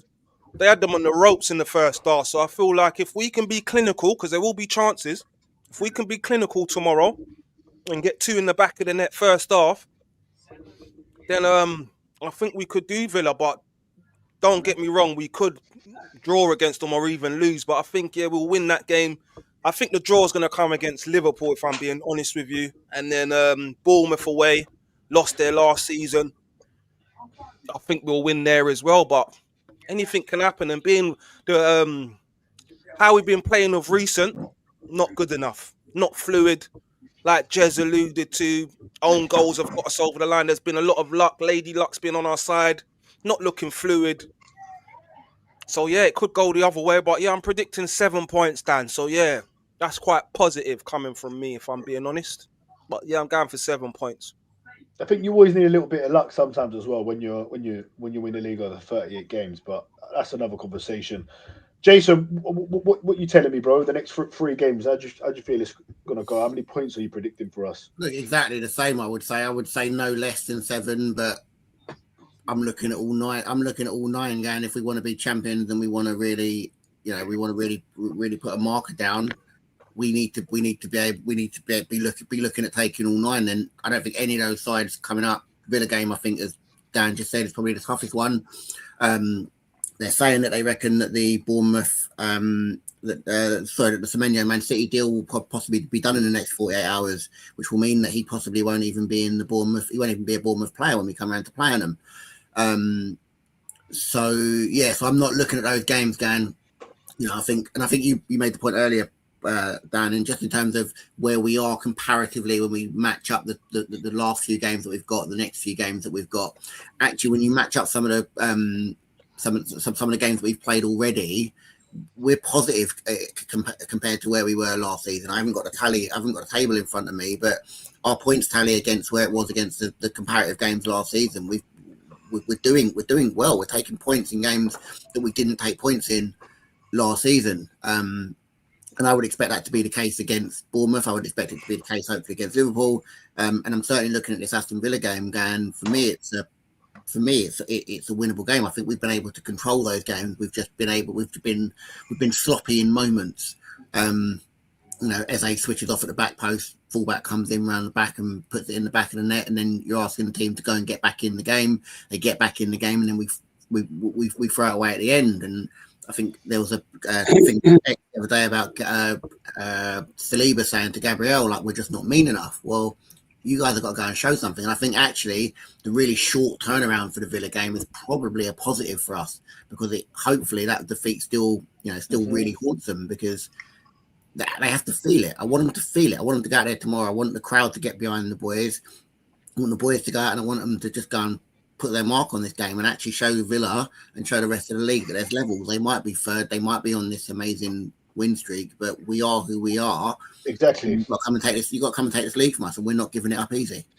Listen, we've won every single game at the Emirates this season, bar 1 draw to City. So, that's every single game has been a win. I don't care what you've alluded to, what you keep bringing goals, up, corners, beating Bayern Munich 3-1, Champions League, League Cup, whatever game it is, we've won every single game bar 1. So but what you've been saying, Dan, is that our away games. No, Dan, because we ain't played no big teams. The only big team that's come to the Emirates, we've drawn with them. That's it. Well, we beat Bayern Munich, didn't we? I'm talking about in the Premier League, Dan. Yeah, all right. We beat Bayern Munich. We've not played no one at the Emirates. We've not. Yeah, exactly. But so far, we've beat every single team bar 1 team. Bayern Munich have come. Tottenham's a North London derby. Let's not talk about Tottenham. We put 4 past them. So, how many home games have we played this season? Jez, if you know, because you know everything. Dan, if you know, how many home games have we played? Because we've won every single one of them. Bar Dan, 1. Are you gonna let me come in? Let me know when I can come in. Yeah, I will. Aston Villa are gonna take their medicine tomorrow, and we're gonna beat them and put them back in their place, put them back in their little box. And Unai Emery's gonna have to calm down a bit, because Mikel Arteta's gonna get us the victory, right? No, you're getting overconfident. You've done this before. Listen. Let me read this out to you as well, right? What I've got here, yeah. The average current league position of our remaining away fixtures. Now, a few weeks ago on this channel, Dan, you said to me, "Oh, but you're not thinking about the home games, right? Our home record is phenomenal at the Emirates. Has been for the last few years, right? The average league position of our remaining away hasn't been phenomenal, Dan. Stop talking nonsense. We've had a lot of draws there. It's not been phenomenal. How many draws have we ain't been beaten? A lot of draws, Dan. How many? A lot. How many was it? You already broke it down. We drew with Everton. We drew with Everton last season. Everton was away. Oh, Everton was at home. Everton was at home. Know your facts, Dan, as Jez has alluded to. Know your facts. Everton we drew with last season. Dan, yeah? At home, our record Brighton we drew with last season at home. Can I carry on? Brighton we drew with at home last season. Chelsea we drew with at home last season. Liverpool we drew with at home last season. Bournemouth beat us at home. Stop talking nonsense. Stop it. Oh, and then that's it. And let's go. What do you mean Let's that's it? go There's to the more. let's That's let's just go off to the the top of my head. let's go to the It's not 2 years phenomenal. before that. Let's go to the 2 years before that. We do have a phenomenal home record. And phenomenal. anyway, like Jez said, forget last season. We're talking about this season. We're a totally different team now, yeah? Right? We're a totally different team. We just spent 300 million in the summer. We've still got injuries, but we're dealing with it, right? This season, how many games have we played at home? No one still ain't answered the question. 9. Leeds, Nottingham We Forest. played 9 games at home. At home. Well, what about in all competitions? How many we played? Dan, I already said. Dan, what you keep saying is, Anyway, look, listen, you sent me a look, message. Our away games. Look who we're watch playing this. in the away No, games. look. Just listen. Let me land, right? I'm just putting this out there. You think of it what you will, right? The average current league position of our remaining away games, and they're the games that are going to cost us, right? I think Arsenal and Man The City. home ones are not. Arsenal and Man City. No, they won't. Arsenal and Man City. I think Arsenal and Man No. City win most of the home games. I don't see it. I see only the away games. Every away game is going to be a problem, right? And every home game we're just going to win. Is that what you're saying? Yeah, I think we win 95% of our home games remaining for this season. I genuinely believe that. Dan, you could do that all you want. But in 23, 24, we won 17 out of our last 19 games. What happened last season, Dan? Right? All right, last season, but we all know about last season, don't we, Dan? We had 27 injuries, mate. You know what I mean? It was like... Anyway, look. Bournemouth, 15th. Nottingham Forest, 17th. Leeds, 16th. Brentford, 12th. Tottenham, 13th. Brighton, 9th. Wolves, 20th. All right, City, 2nd. West Ham, 18th. And then Palace, 8th. So, I'm telling you now, if you look at the fixtures, right? Man City's fixtures compared to us, we have played tough games. We have played Newcastle away. We have played Chelsea away. We have played Aston Villa away. We have played Liverpool away. You know, Man City still have to play Chelsea twice. They still got to go to Anfield. You know, they've got to come. Do you know what I mean? They've got what they got next? They've got Sunderland, who we've also played away, who are performing very well this season. They played them on Thursday night. It won't be an easy game. Dan, You know? I'll send this to you. I've just managed to find something that I'll send to you, which basically shows that comparatively to the equivalent. Can't you share it? Can't you share it? I'm not sure how. It's on my phone, and I'm not on my phone. I'll send it to one of you on WhatsApp. We're essentially 10 points better off in the same games that we played last season. So the games last season where we dropped points, we are 10 points better off comparatively in terms of those home and away fixtures. And you take games like the Brighton game, which we drew last season but won this season. We are 10 points better off comparatively in terms of the home and away games that we've played against the relative sides this season than we were last season. So everyone says that they can't see progress. What the fuck does that prove? Well, none of it counts, does it, Jez? Because we scored a few goals from set pieces. Prove nothing. The lessons that everyone says that have not been lost have clearly been learned. It's irrelevant, right? Because at the end of the day, last season was last season. We're talking about current, right? And currently we are 10 points better off. Because Jez, you've got to stop doing that. No, you've thrown all the bollocks in, right? Because at the end of the day, it's fact, it's not bollocks. We could talk about 6 years ago. But you said last season ain't important, so 6 years ain't important. Right. Let's go and talk about Arteta's first season, shall we? That's funny. Is that relevant to now? Is that relevant? No, but I think last season and 8 years ago or 6 years ago was a bit different. Man. Be realistic, right? You're talking about stuff that is not relevant. Because last season was last season, right? So it's not relevant now, is it? You say that, Jez, but you're the first one to say, oh, Arsenal at Christmas come down like the Christmas decorations. Come on, mate. I didn't say I didn't say that. But that is a good point, though. You did say that every year we crumble at this. I never said that. No, Jez, you always say that Arsenal are top around this time, and all these years. Yeah, you said not even. You said it's not even. They go and lose. You did say that. You go back in the stream, Jez. You said it. So you can't have it both ways, Jez. Hang on a minute, mate. Hang on a minute. That's bollocks. What I said. Look at what you said. What I said was we've been here so many times before. Yeah, that's what you said. Can I finish? Yeah, go on. Should I mute him? Should I mute him, Jez? I'm shutting up. No, kick him out. What I No, said oi. was, will you Mate, shut because you love me. up? Will you shut up and let me Alright. finish? Because at the end of Go the day, what I said was, we've been here so many times before with this manager, right? And we've been there before with Arsenal, and you make yourself out be the big Arsenal fan from from.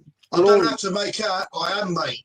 Right, good, well, good enough. Good enough. It's in my DNA. You don't shut up, do you? Go on. Shall I take another breath before you actually like? No, leave? go on, Jez. I'll shut up. Sorry, Jez. Yeah, well, good. Because at the end of the day, what I said, my comment was, we've been here before so many times at Christmas, right? And it's not just with Arteta. We've done it with Wenger, and we did it. If you remember, James. Yeah. Right? Do you remember when we were 4th in the league under Terry Neal?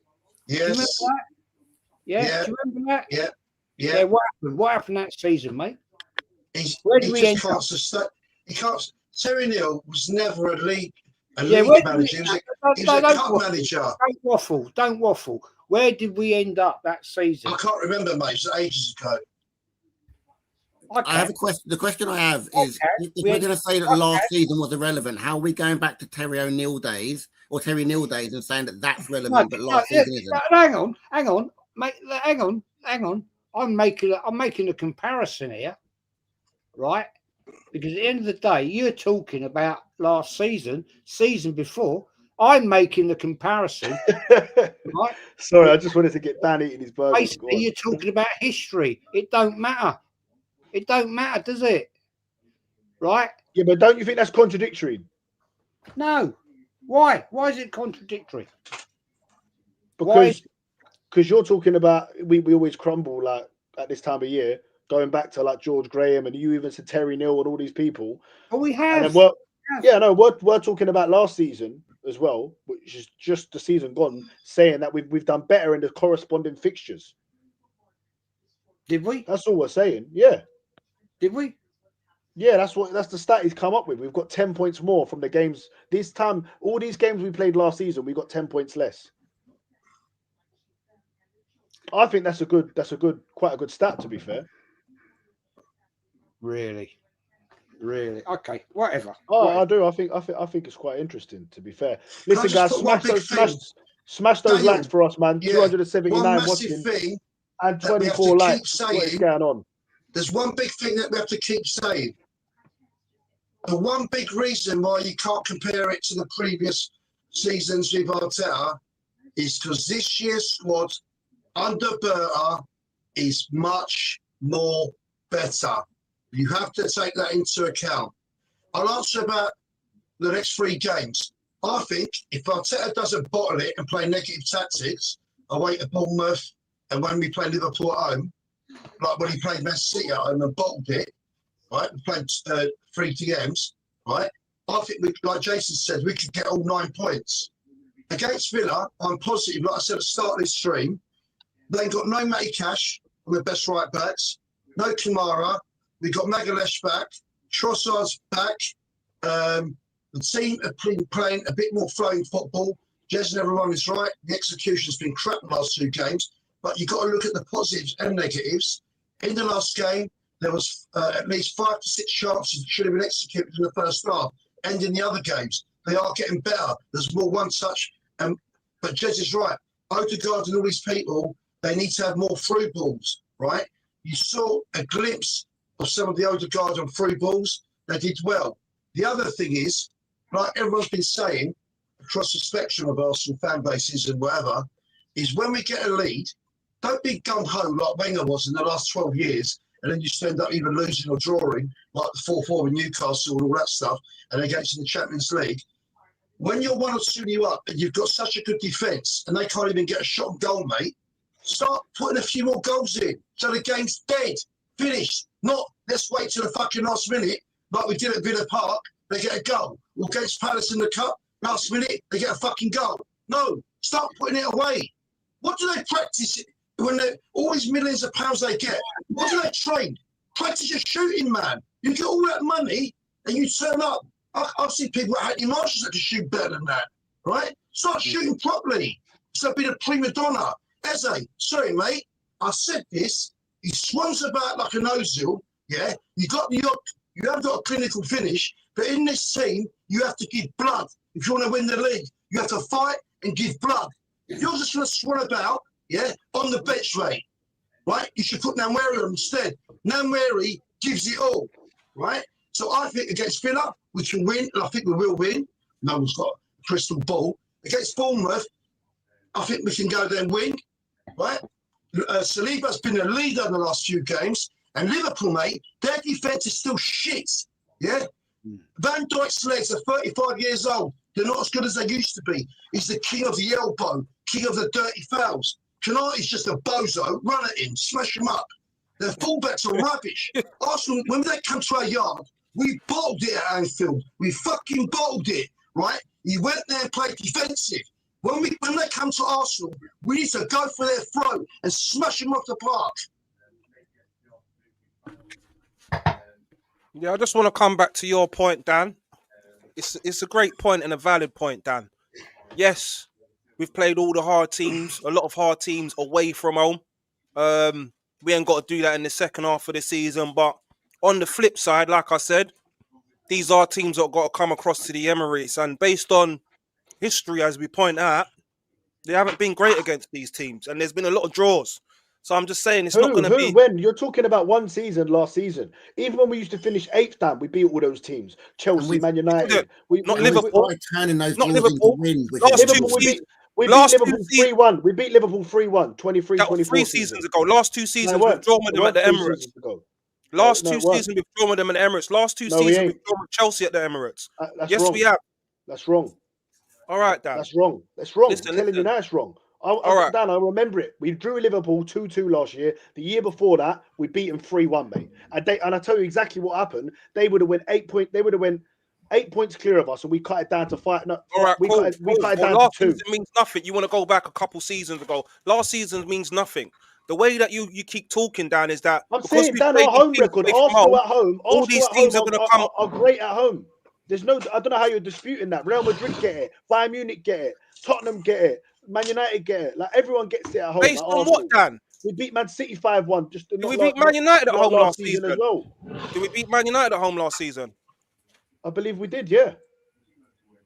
You sure? We did beat Man United. Yeah, I think it was 1-0. I can't remember. Yeah, we beat them 2-0, 2 set pieces. We beat them 2-0. We did. We lost them in the FA Cup, but we drew with them away and beat them away this season. That's what I'm saying. The games last season we drew, stop talking like them into wins. No, I won't stop talking like that. I won't stop talking like that because listen. Look, we've got how many home games left, right? I think there's about 11 home games. I expect us to win 10 out of 11 home games. Simple as that. It's only the away games. 10 out of 11, yeah? Yes. I see us beating everyone at home. Maybe even 11 out of 11.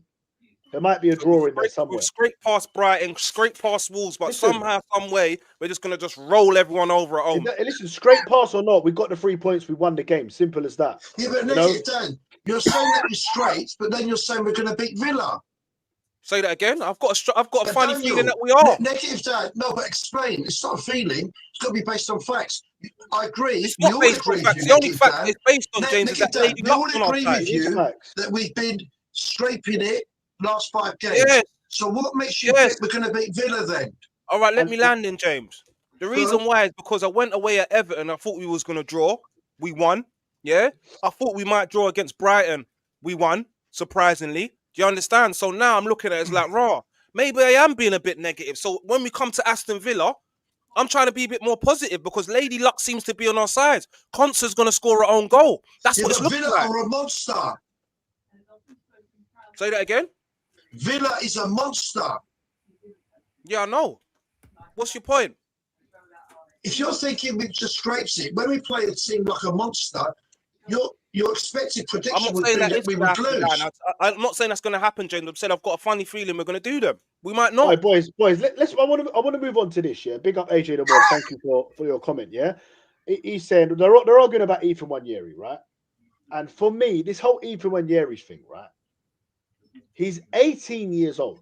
Is he 18 or 19? I think he's 18 years He's old. 18. Right? He's going to be And 19. he's 18 years old, and he was really good when he come in when Saka was injured, and he had a few good moments, and we all got a bit excited, right? And then people seem to forget that he did carry on playing after that, and he had some stinkers, which is normal because he's 18 years old. I remember Phil Foden under Pep Guardiola, and players were saying, "Oh, he needs to get loaned out. He'd play every now and then. He'd come in, and then he wouldn't play for 5 or 10 games." And they were always talking about where he's English, poster boy, and all of that. And he stayed, and he waited and waited. And we all know Foden now. He was Premier League Player of the Year, not last year, the season before that. He's on fire again this season. Ethan Nwaneri is just going to have to wait a little bit. As simple as that. You're 18 years old. He ain't just No. Let me He's been finish, sent James. to Siberia. James, To let send me him to finish. Siberia. He ain't been sent to Siberia. What are you going on about, bro? He ain't been He's sent in nowhere. exile. No, he's not, bro. He's there training with the team. He comes on Listen, every now and last then. He year, plays in the league. Nwaneri Listen, did not just help we Arsenal. need He saved experience. Arsenal's arse. No, he didn't. Yes, he He did. scored- 8 how games did he? when Saka How was did he? out, and He he was scored one goal. smashing it. He weren't smashing it. He weren't smashing it. He had a few good was. games, a few good cameos. And No, after man, that, he had was some wicked. No, people, listen, people's memories are just, trust me, people get this thing in their head. What do they call it? When you remember things better or whatever. Trust me. Like, he's a good player. I think he drops him the same way he drops Eze. He's not dropped him. He was never starting in the team anyway. Dropped him. We're trying to win a Premier League. We ain't got time to be playing 18-year-olds. Just like Eze off the ball, they don't do enough. That's why they've been dropped. So based on that, Dan, do you feel like Ethan has been managed correctly by Arteta? Do you feel like he's been managed correctly?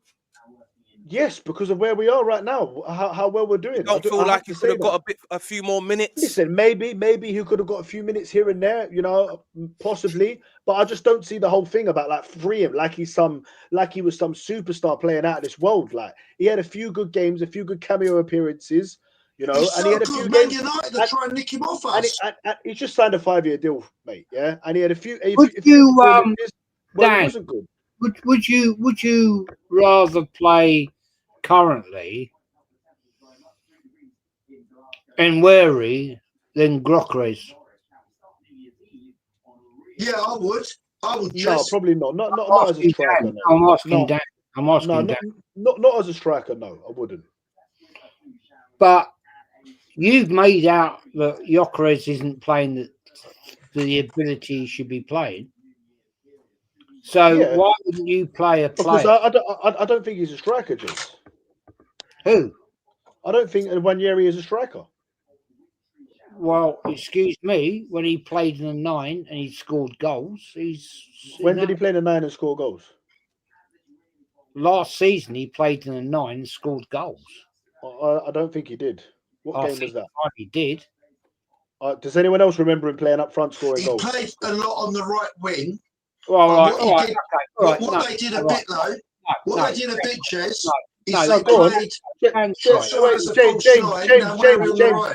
James, we're having a conversation at me and Jez. Let's finish, please, mate. No, you are correct. You are correct, sir. You are correct. He did. Played on the right, Jez. He did it in the 18s. He played it in the 18s, but it's a different kind of fish. Look, but I'm wrong, and I respect that, and I'll admit I'm wrong. Yeah, no, I appreciate it, Jez. What you could do, right? Trossard is the best finisher in the club. Play him in the middle, Martinelli on the left, drop Saka. Play Saka on the left, right? England and Arsenal left back, left wing. Play him on the left.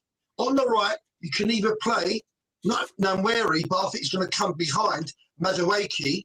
And in the middle, you can either play Trossard or Martinelli. Change it up, Mikel.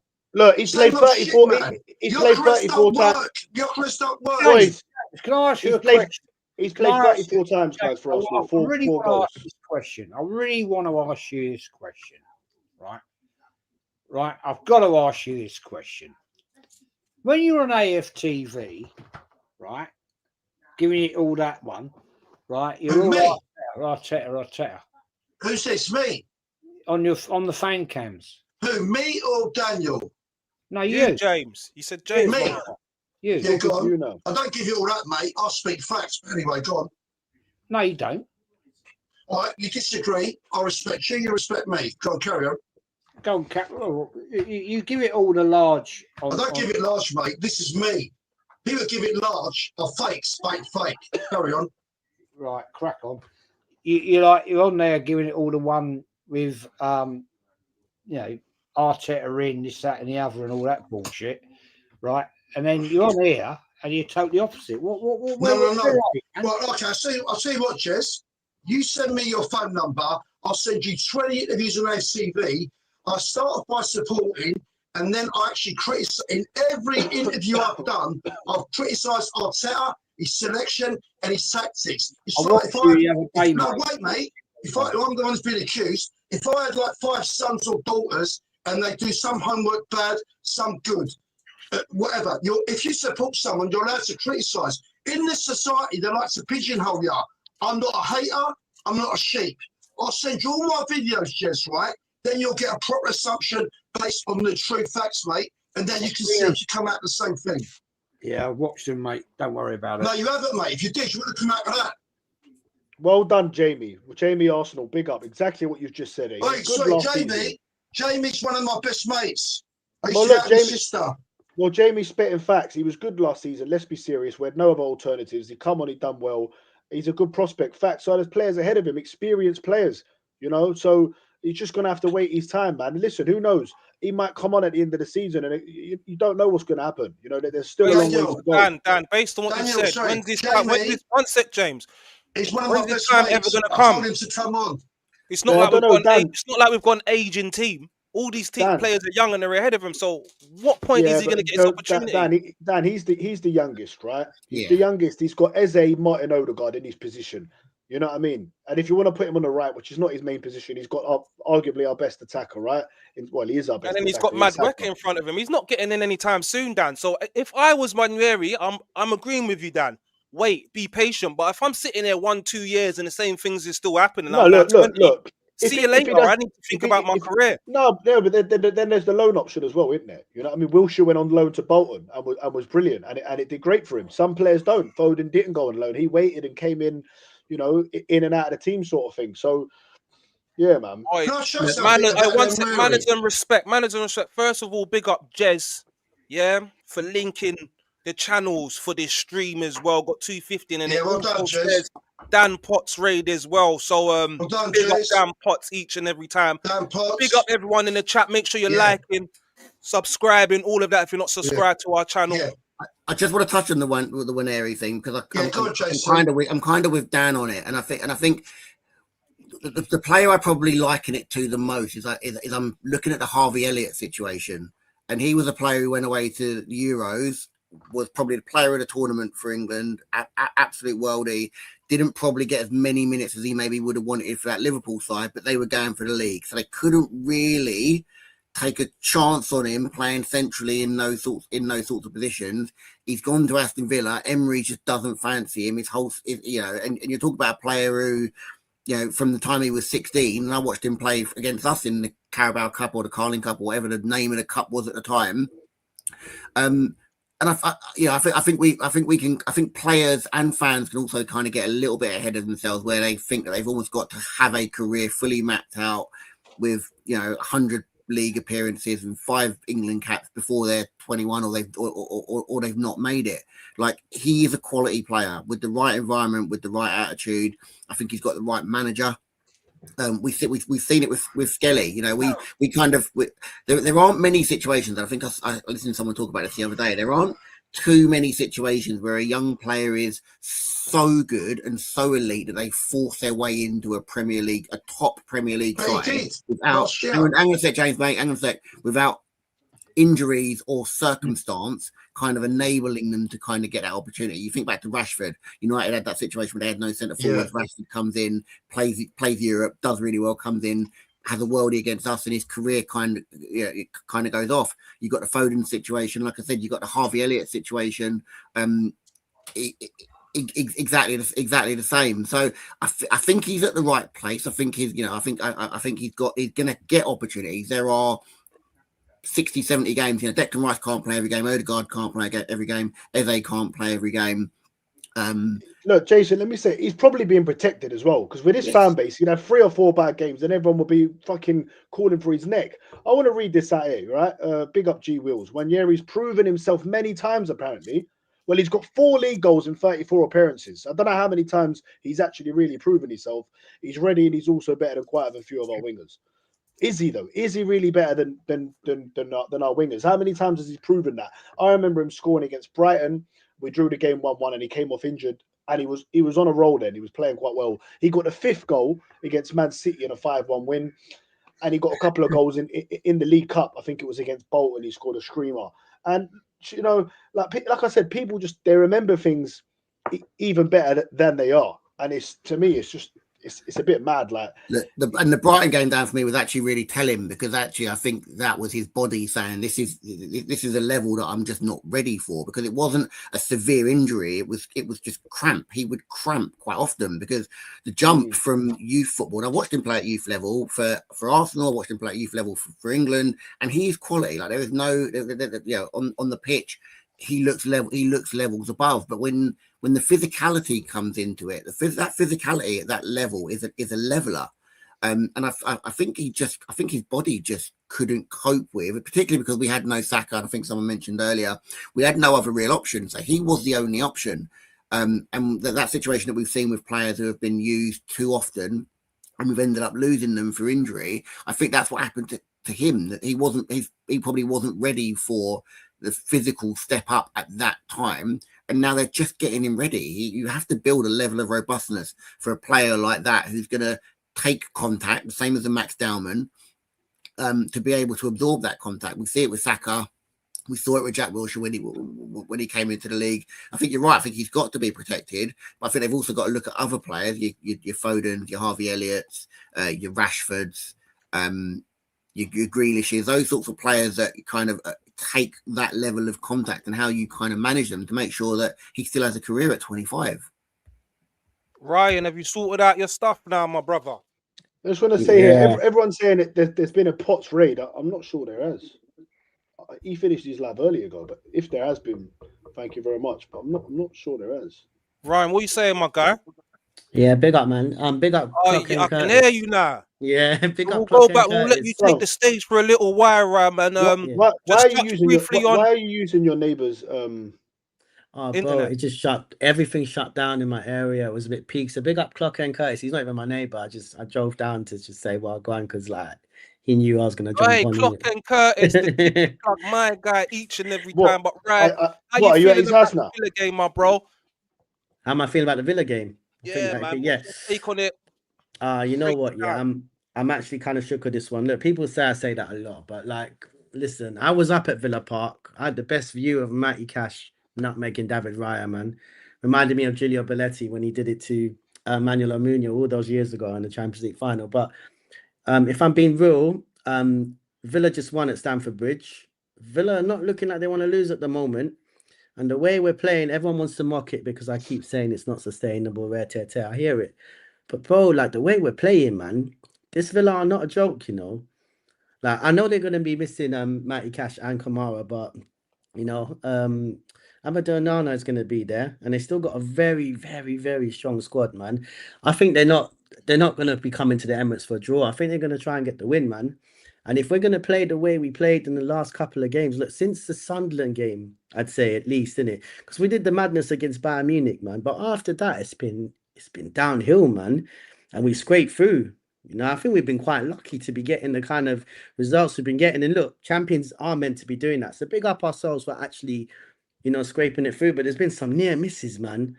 And on other days, it's just not going to happen, man. Like that Stamford Bridge performance, even the Sunderland one to a degree. But it's just when I'm looking at Stamford Bridge, I'm looking at Wolves at home. I'm like, I'm still disgraced by that, man. I don't know how you lot feel about that, but I just still can't believe we allowed. Like, look, they came in a low block team. Bloody hell, shut up, man. Get over it, bro. What are you talking about, Ryan, man? It was ages ago, bro. What's wrong with you, bro? What's that? What Villa? You're still talking about Wolves, bro. It's 3 games ago. Relevant. We won the game, relevant. Man. Move on. It's very relevant. It's relevant. It's very relevant. It's not relevant. Wolves at home is relevant right now. We have not performed. We have not performed. It's showing it's not going to be sustainable in the long run, bro. I'm telling you now, coming out, even Bournemouth way. Look, Bournemouth haven't got a good record right now. But going to their ground as well, the way we're playing, we can't expect to like keep getting away with. It's criminal the way we're getting away with it right now, man. It's not gonna keep going on like this, man. Liverpool just got the same result against Wolves at the weekend, No. and City needed a goal in the last 5 or 6 minutes. Yeah, but Jason, I was actually going to touch on exactly what you're about to say. Sorry, it's just Liverpool that's didn't what I say. score 2 own goals though, Jace. Get 2 own goals. Just saying. In it, 2 own goals. At the end of the season, Dan, there is no asterisk next to our goals scored. I don't care about the own goals, but you just said Liverpool got the same result against them, but technically they didn't. The result, no, the result was a 2-1 win, mate. We didn't score. Against Wolves, we didn't score. They scored all our goals for us. It's a 2-1 home win, mate. There are goals. I said this, They're not Wolves' goals. There are goals. Yeah, but look at it like this, yeah. Look at it like this. I said this, This and is the people want to most say, "Oh, stupid you're only thing saying it about- about Arsenal." But I was telling people at the beginning of the season about Liverpool. I even said it on AFTV. Right, hold on, Ryan. Sorry to cut you off there, but that was the first 5 games Arsenal have played in the Premier League. Oh, he's been muted, Ryan. Perfect. Go for it, man. Okay, yeah. So from that point on, from Liverpool, I said, look, the way they beat us, I'm actually still disappointed the way we approached that game at Anfield. They didn't have Conor Bradley and they didn't have Jeremy Frimpong, their first choice.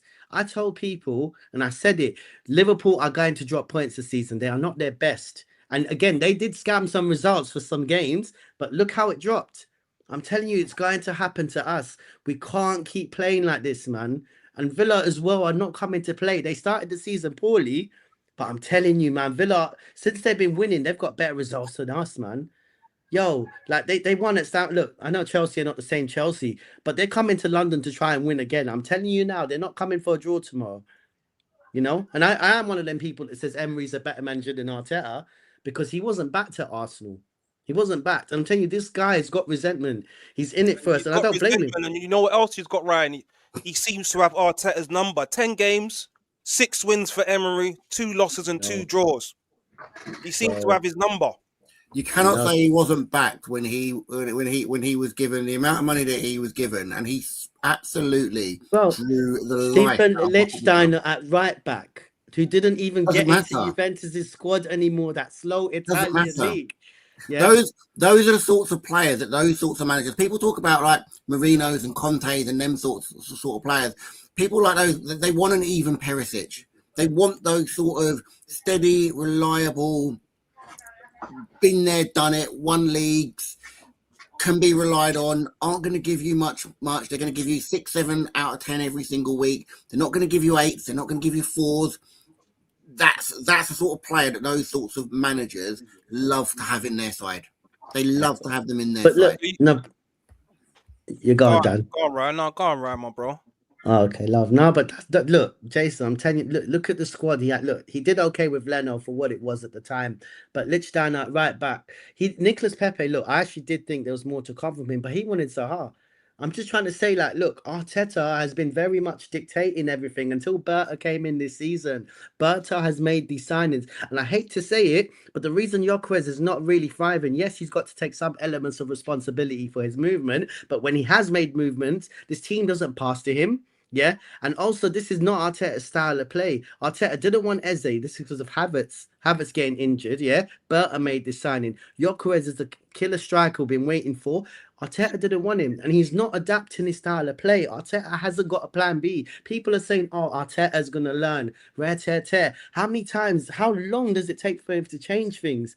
Well, we were talking earlier on, and you missed it because you weren't here, about our comparative fixtures between this season and last season. And Jez thinks that last season is absolutely irrelevant, but we are 10 points better off in the comparable fixtures that we played last season. So you take games like we drew to United away last season. We beat them at their place this season. We drew to Brighton at home. Scammed that win too, by the way. So I was gonna say we scammed that win at Old Trafford as well. Doesn't matter. We won. So what about the results where we done better last season and what got worse this season? What about that? When you add them all up, we are still 10 points better off this season. Oh, I know. We could look at the balance of all things, but look, in the end, City, they played a game ahead, but they were 8 points. We were 8 points clear. We could say 5 because of their game in hand. but we also lost the league by 5 points, 22-23. The season before, not last season, that was terrible, but we lost it by 2 points. Everyone wants to talk about the Villa game at home, where we should have been 3-0 up at least. But the thing is, like, when you look at the way we've been playing at the minute, this is not gonna. It's not going to sustain against even the teams we won last season. The problem is, I didn't you've hear been talking everything. about sustainability, or shall I call you Ed Miliband, for the past 2 to 3 months.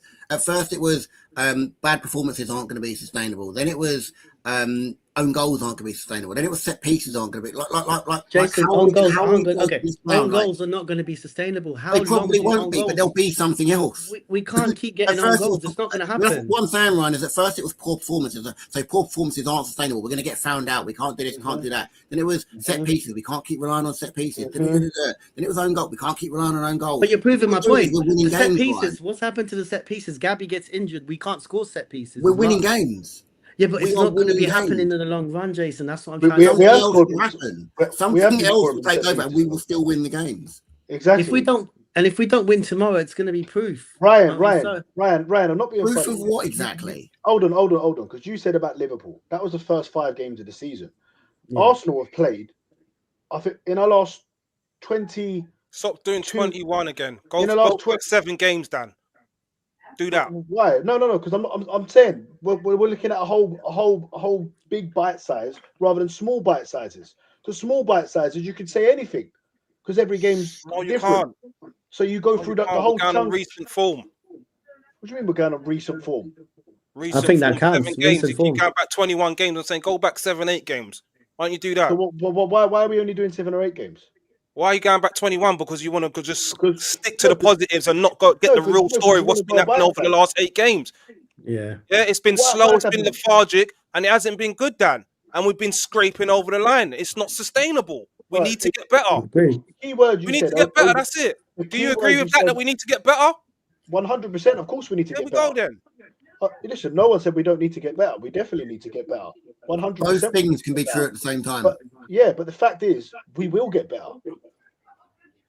We can only get better, and we're Well, still picking up the 3 points, we can still get worse. which is the most important thing. Do you know that Arsenal have won more FA Cups than any other club in England? Right? Yeah. We agree, do we? Yeah, that's a fact. Yeah. Arsenal have been to more semi-finals than any other club in English history. Right? Mm-hmm. Did you know this manager has got the worst record at Arsenal Football Club in 52 fucking years? We In haven't got semi-finals. past In the fourth semi-finals. round. We haven't got past the fourth round in 52 years with this manager. I thought records didn't matter though, because when I bring up his records, the good records he's got, Of course I it thought it matters. didn't matter. Oh, hold on, because he's got the most wins ever for Arsenal in the season, the most goals scored ever in his season as well. And what's that got to do with the FA Cup? Well, I'm just saying. The FA Cup, he's won the FA Cup. Dan, All right. You're throwing out a bullshit comment. All right. Hold on, Jez. Who's the 2 managers that have won the FA Cup as captain of Arsenal and then won it as a manager? Fucking hell, right. Who are they? I don't think that's relevant. Man. Who are they? Who are the two people to win it as captain for Arsenal and then win it as manager as well? FA Cup. Arsene Wenger's won the most FA Cups for Yeah, Arsenal. but Arsene Wenger never won it as a player and as a manager. As a As a player, player, as a player and a manager. There's 2 people that have won it as a player and a manager. Who are they? hang on. Because you should know this, Jez. Well, it's Charlie George. It's George Graham. And who's the other one? You said 2. Yeah. George Graham won it as a player and a manager. Who's Just the other say one? it. It's not a dirty word, Jez. Just say it. Hang on. It's Mikel Arteta. Oh, you should have let him say it, man. Two play it. No, hang on. Let me get it right. two players that have been managers. They've won it as a player and as a manager. Mikel Arteta and George Right. Graham. Okay. So Charlie George and No, George Graham. sorry, George Graham. Beg your pardon. And as a player and a manager. Yeah. Oh, I thought you had it. Got a Windows reboot coming on. Hang on, it's George Graham. He won it as a player in 2014 and 2015. Yeah. And then the other one won it in 2020. Hey? Yeah. He was captain as well. Player and a manager in 20. You boys can all see what's going on here, can't you? He won it as a player, and then he went on to become a manager and win it as a manager as well. Oh, it's Arteta, isn't it? There we go. We got there in the end. So out of our illustrious record, we've got one more FA Cup than Man United. Or did they equal it, or have we still got one more than them? We got one more than them. No, we're still ahead. One more. We're still ahead by one. And who got us that one that we're still ahead with? When was the last one he got? Yeah, well, Emery got it done. Emery. Emery didn't get it. Arteta won that. Arteta won that, and he'd be in history for Arsenal forever. Aubameyang was not a player he wanted, and Aubameyang won him that against City and Chelsea, man. Facts. Let's have it right. That it won out. Like, I'm sorry, look, not to discredit the manager too much, but look, he went out to Olympiacos. He focused on the FA Cup because we didn't have anything going on in the league. Listen, he beat Pep Guardiola in the semi-finals, right? And it was Frank Lampard in the final that he beat. But listen, you beat Man City and beat Chelsea, you deserve to win that FA Cup, and that's it. Anyway, that's done and dusted now. I agree with Jez though, and I've always said this, Dan. He needs to improve his record in semi-finals because we've not been to a final since. And listen, even when we didn't have the squad we had now, he should have made a Europa League final. He should have made a League Cup final somewhere along the line, or an FA Cup final. I totally agree with that. When Emery, the man that's played him tomorrow, knocked him out with Villarreal. Is that what you're talking about? Yeah, of course. And I'm expecting and demanding that he gets us to having got us to the semi-final, he gets us to the Carabao Cup final this season. Yeah, we've got a massive semi-final now. We keep getting to the semi-finals. We've got a massive semi-final now. He got us to our first Champions League final since 2009, and only the third in our history as well. And look, we've got a chance to go to an FA Cup final, a Champions League final, and a Carabao Cup final. So still a long way off. Well, it's not a long way off because we're in for the Carabao Cup. For the Carabao Cup, the Carabao Cup, we're in it already. The FA Cup hasn't started yet, and the Champions League hasn't properly got going yet. But we got to a semi-final last year.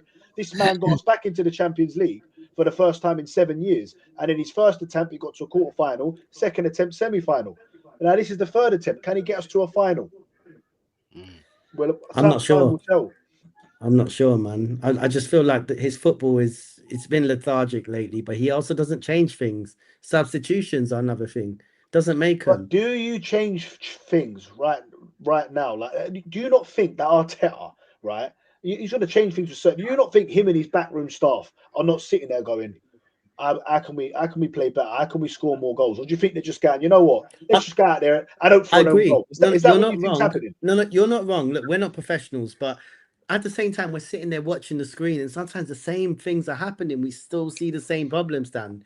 We still see the same problems. Why is he not making substitutions? Why is he not? What's the point? We got 5 substitutions. No, 5. Sorry, Jace. We've got 5 substitutions. It used to be 3. But yeah, go on. We're still not making them, but yeah, go on. Well, why have other managers not figured him out yet? Why is he sitting top of the league in the Premier League and in the Champions League in a semi-final of a Carabao Cup, and other managers haven't figured out what our fans the best performing manager in Europe, and that is a fact. I won't take that away. I wouldn't say he's an elite manager. We can't take away what he's done. He's a decent... Let's face it, it's just PTSD. That's all it is with every person who's negative. It's all PTSD. You can't look past the time we get it over the line. Let's fuck this off, right?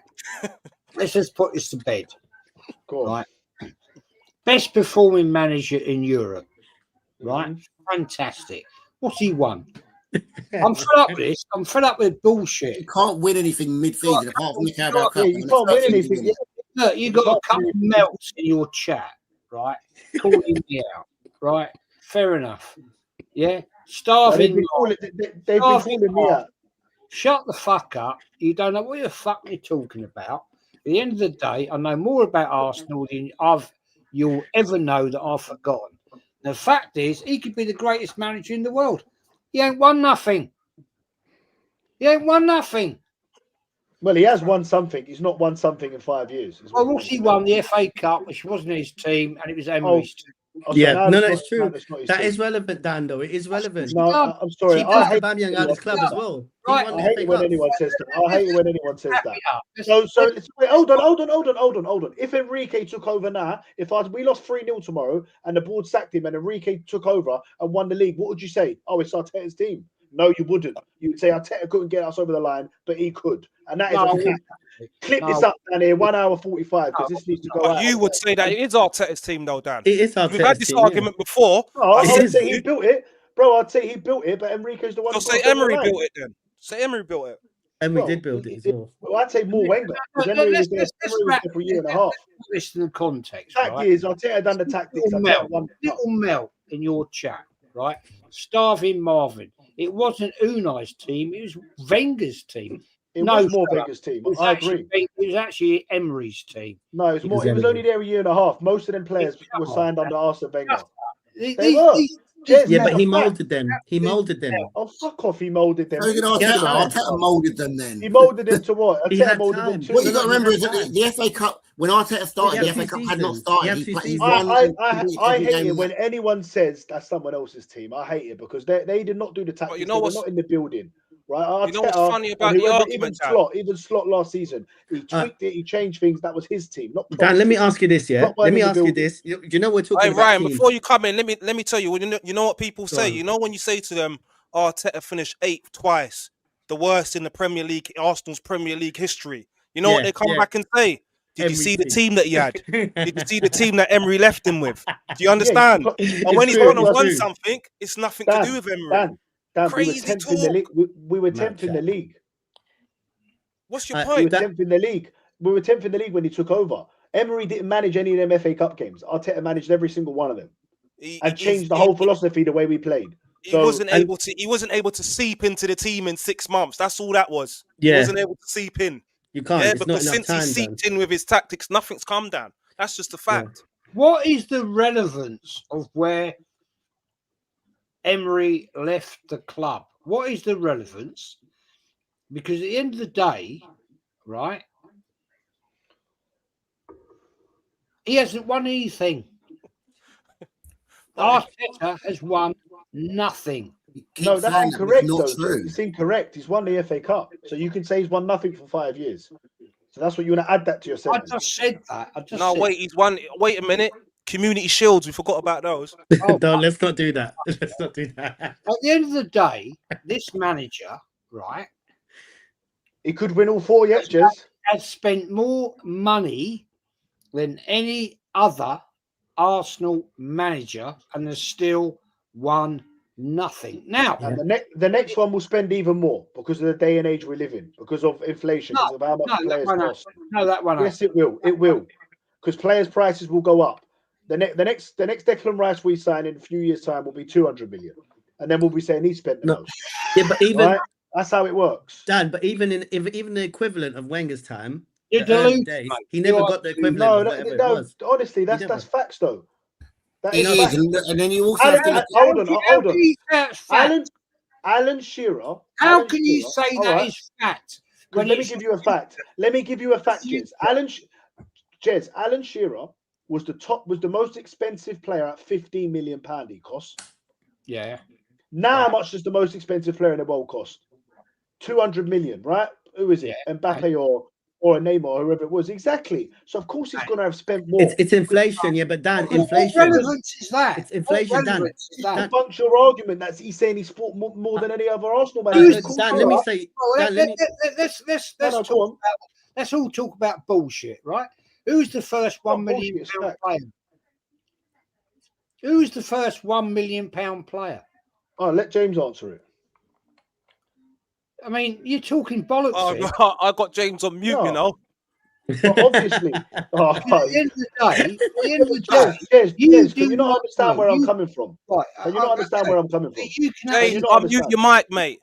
you can forecast the future and saying the fact that Trevor Francis was actually the first £1 million player. So you telling me if Arteta fucks off at the end of this season, right, and you telling me that nobody's going to spend more money? You can't predict. No, I said No. they would. I said if there's another manager there for 6 years, they'll end up spending more than him because of inflation. Because players' prices go up every year. No, So of course Do they you spend the honestly most. believe?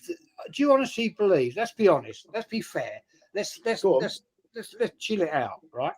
You honestly think it's Josh Kroenke's little baby now, Arsenal? Do you honestly think, right? If this guy fails, right, and I hope he doesn't, I want Arsenal to win. I want Arsenal to win, right? I'm not a negative fucker. I want my club to win every single season. But at the end of the day, if he fails, right, do you honestly think Josh Kroenke's going to say to the next manager, whoever it may be, right, here's $1 billion. Go on. No, do you know what? Do you know what? No, do you know what? Because the team's already built.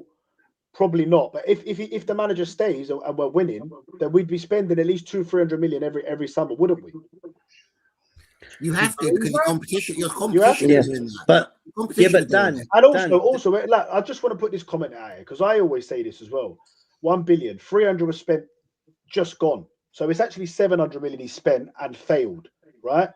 Because 300 has been sent, and we're on track. We're on course. We're fighting to win 4 trophies, and we could end up with all 4. We could end up with 2. We could end up with 1. We could end up with none. Who knows?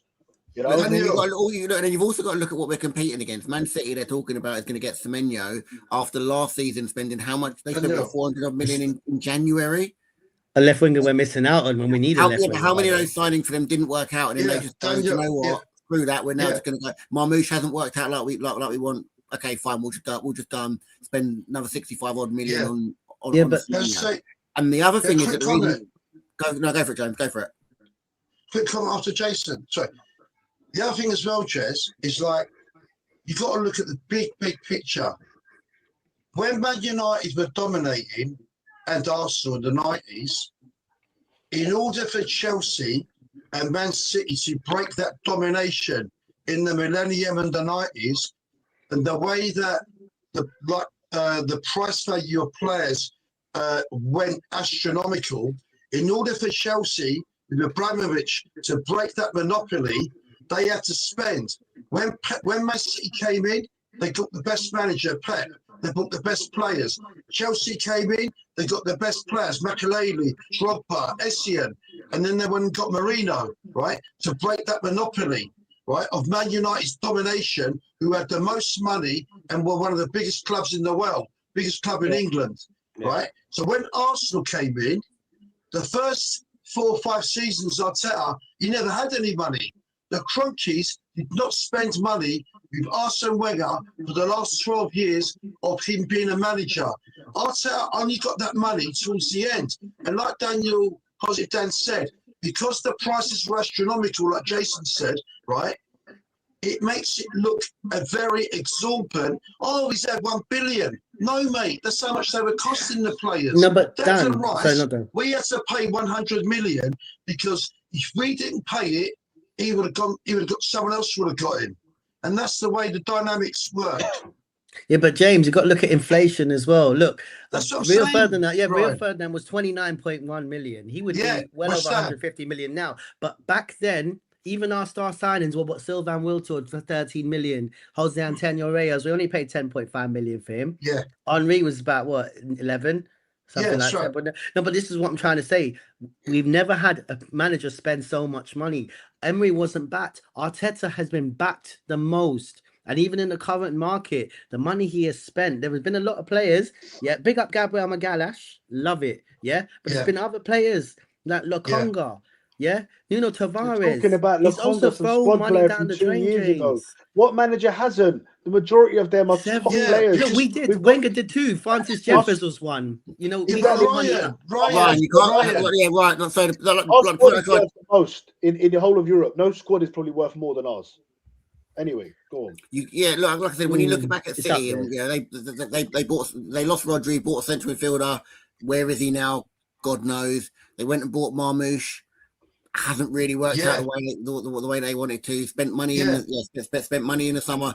They will try and they will just keep turning over. Now the reason that they can do away with that is because they are cash rich, which most clubs are not, because they are state backed. They can also afford to actually get their players slightly cheaper. Same with PSG. I know everyone was talking about Kvaratskhelia. Well, actually, when you're a state-backed club and you can actually just go and draw that money from your bank and just go, here's the money, you're going to get him for 75 million. But if you're a club that's running the way that most other clubs are running, you've got to pay that money over 3, 4, 5 seasons. Napoli are going to go, well, I could either take 70 million up front now and go and use that to go and plan for my next 3 seasons, or if you want him, you're going to have to pay 100 odd million, but you're going to pay it over. Also, this is very important. This is very exciting. And then you look at Liverpool. Liverpool, what spent how much on Verts? How much on equity? How much? This on, is very important, right? That's where the transfer window is going. James, let me just say this to the. Let me just say Daniel, this Daniel, quick comment. No, I'll let you go. I'm gonna let you go. Ranieri did spend money. Sorry, I want to talk to the chat because we've got I think it's over 200 people watching, but we've only got 34 likes, guys.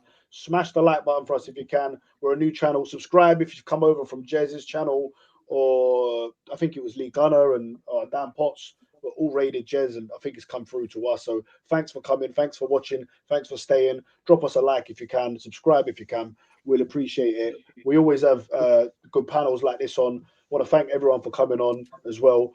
We're going to wrap up soon, so we'll go to Jez. We'll go to James first. Sorry to interrupt you. I just wanted to try and get the likes up if we can, people. We'd appreciate it. It's all, we all have banter in the comments and we all see football differently, but it's all love. It's all love. We're all football fans. Most of us are Arsenal fans. So, yeah, if you could show some love, we'll appreciate it. All right. We're going to let James back in 3, 2, 1. There you go, James. You know what? You might as well start calling me Dan Wary. I keep ending up in Siberia with Leon Trotsky. He had an accent, he said, so maybe it's not that bad. Anyway, getting back to it. Basically, there's big things that people haven't mentioned, right? Where Arsenal have been two things. Arsenal have been the stingiest club in the world. In 1980, we wanted Clive Allen. He was 20 years old at QPR, the hottest young English striker. We bought him for 1 million, and we wanted Kenny Sampson from Crystal Palace. Stingy club Arsenal, right? Could have had both. We swapped Clive Allen with Kenny Sampson. Secondly, we were the first ones to be linked to Isak, who's the other Scandinavian black guy stroker, and Bola something, right? It was number 9. You know the Bruno, Brazilian, really good midfielder at Newcastle. We were doubling around 30 mil. Newcastle came in, 35 mil, got him. How many players in our history were we the first ones? Rooney, we spoke to him, 12 million. Ronaldo, 30 million. 12 million. Man United got him. We got a whole history. And when it came to Arteta, he's taking all this crap. It's only in the last season and a half that we've had money and he spent it. Oh, he's had 1 billion. Look at the facts, mate. The facts are, James. The facts are he's had 1 billion. It's a lot of money, regardless of inflation or whatever. Can we not agree that he's had a lot of money? What people trying to say because of inflation? It's only £1 billion. I know what you're going to say, Dan. If you break it down, it's 160 million over each year. Allow it. He's had a lot of money, and he needs to deliver now. In the last 6 years, he's been spending 125 million a year, and he needs to deliver. He needs to deliver now. Is that a fact? Do you agree with that? Agree. He does need to deliver now. And he's going to deliver. That's it then. Anyway, look, boys. Listen, you're saying they have to deliver. Boys. Chelsea are saying they've got to deliver. They delivered last season, James. They delivered last season. Chelsea have got good recent history. Dan, if we won a Club World Cup, you'll be going mad, Dan. Stop talking. Stop gassing yourself up. If we won a Club World Cup, Dan, you would not stop talking about it. I'm sorry, yeah? Mate. Big fact. And you agreed with me, Dan. You did say that you would be gassing it up. Bravo, listen, I'd have a bit of banter. That's it. Come on, listen. I'd love a Club World Cup, man. I'd love one. They were in that competition. Mickey Mouse Cup. 4 years Mickey ago. Mouse Cup. Chelsea, we can't win anything, James. We don't win anything. Chelsea have spent 2 million Mickey Mouse and Cup. have won nothing domestically. Chelsea anyway, shit. and they We won can that talk about World this. We Cup, can talk Mickey about this Mouse to the Cup. cows go home. Boys, we do have to wrap up now. So I want to just do. I just want one scoreline, and then we'll wrap up. So Dan, tomorrow, what's the score going to be? Just a scoreline, and that's it. And then I'll go. Then James, and then we'll just leave it at that because we're nearly on 2 hours now. And Negative Dan is going to come with. And another reason for my prediction is I just want to punch Emery in his face. He deserves it, man. Seriously, all those antics on the sidelines. Yeah, all those Football antics on the talking. sidelines. Good evening. 3-1 Arsenal. That's what I'm going for. There you go. I'm going for 3-0 Arsenal. I'm going to say, first of all, Ryan, you lost your podcast Scoreline, virginity. James, man. James, Wait, scoreline. Ryan, you lost your podcast virginity to me. Nice one. My prediction is What's going on, 2-0. James? 2-0 to Arsenal. 2-0. Ryan. I've been about for a while, James. But anyway, boy, I think we could lose. Like we might score one, but I think we could lose by 1 or 2. What's the scoreline, bro? Arsenal 1, Villa 3, like 2013. James. 2-0. Yeah, I'm gonna go.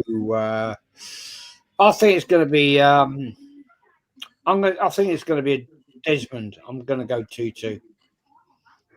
Fair. And Jason. 2-0 Arsenal. All right, clip this bit. We'll come back to it when we're going to be doing a show on Wednesday as well, guys. So get your notifications on. Subscribe to us if you can. I want to thank my co-host Dan. Obviously, I want to thank James for coming on and giving us his time. Ryan, even though he was using his neighbour's internet, we only got him for the last 10 minutes. Thanks for trying, my bro, and coming on. Cheers as always. You know, you've done us a big solid today. Yeah. Thank you from the bottom of our hearts. We really appreciate you, man. That. And I think most of them are from Jez anyways. But if you are on our channel as well, Jez is Arsenal 1967, I believe. Yeah. Legend. Yeah. Come on, man. Love again for that, Jez. And Jason, very intellectual today. Some good stuff today as well. So appreciate Jason, that. you was on fire today, my bro. Boys, we'll carry on backstage. I'm going to end the stream now because we do have to go. Big up everyone. Thank you for watching. Appreciate it. And we'll see you on the next one. Get the notifications turned on. Boom.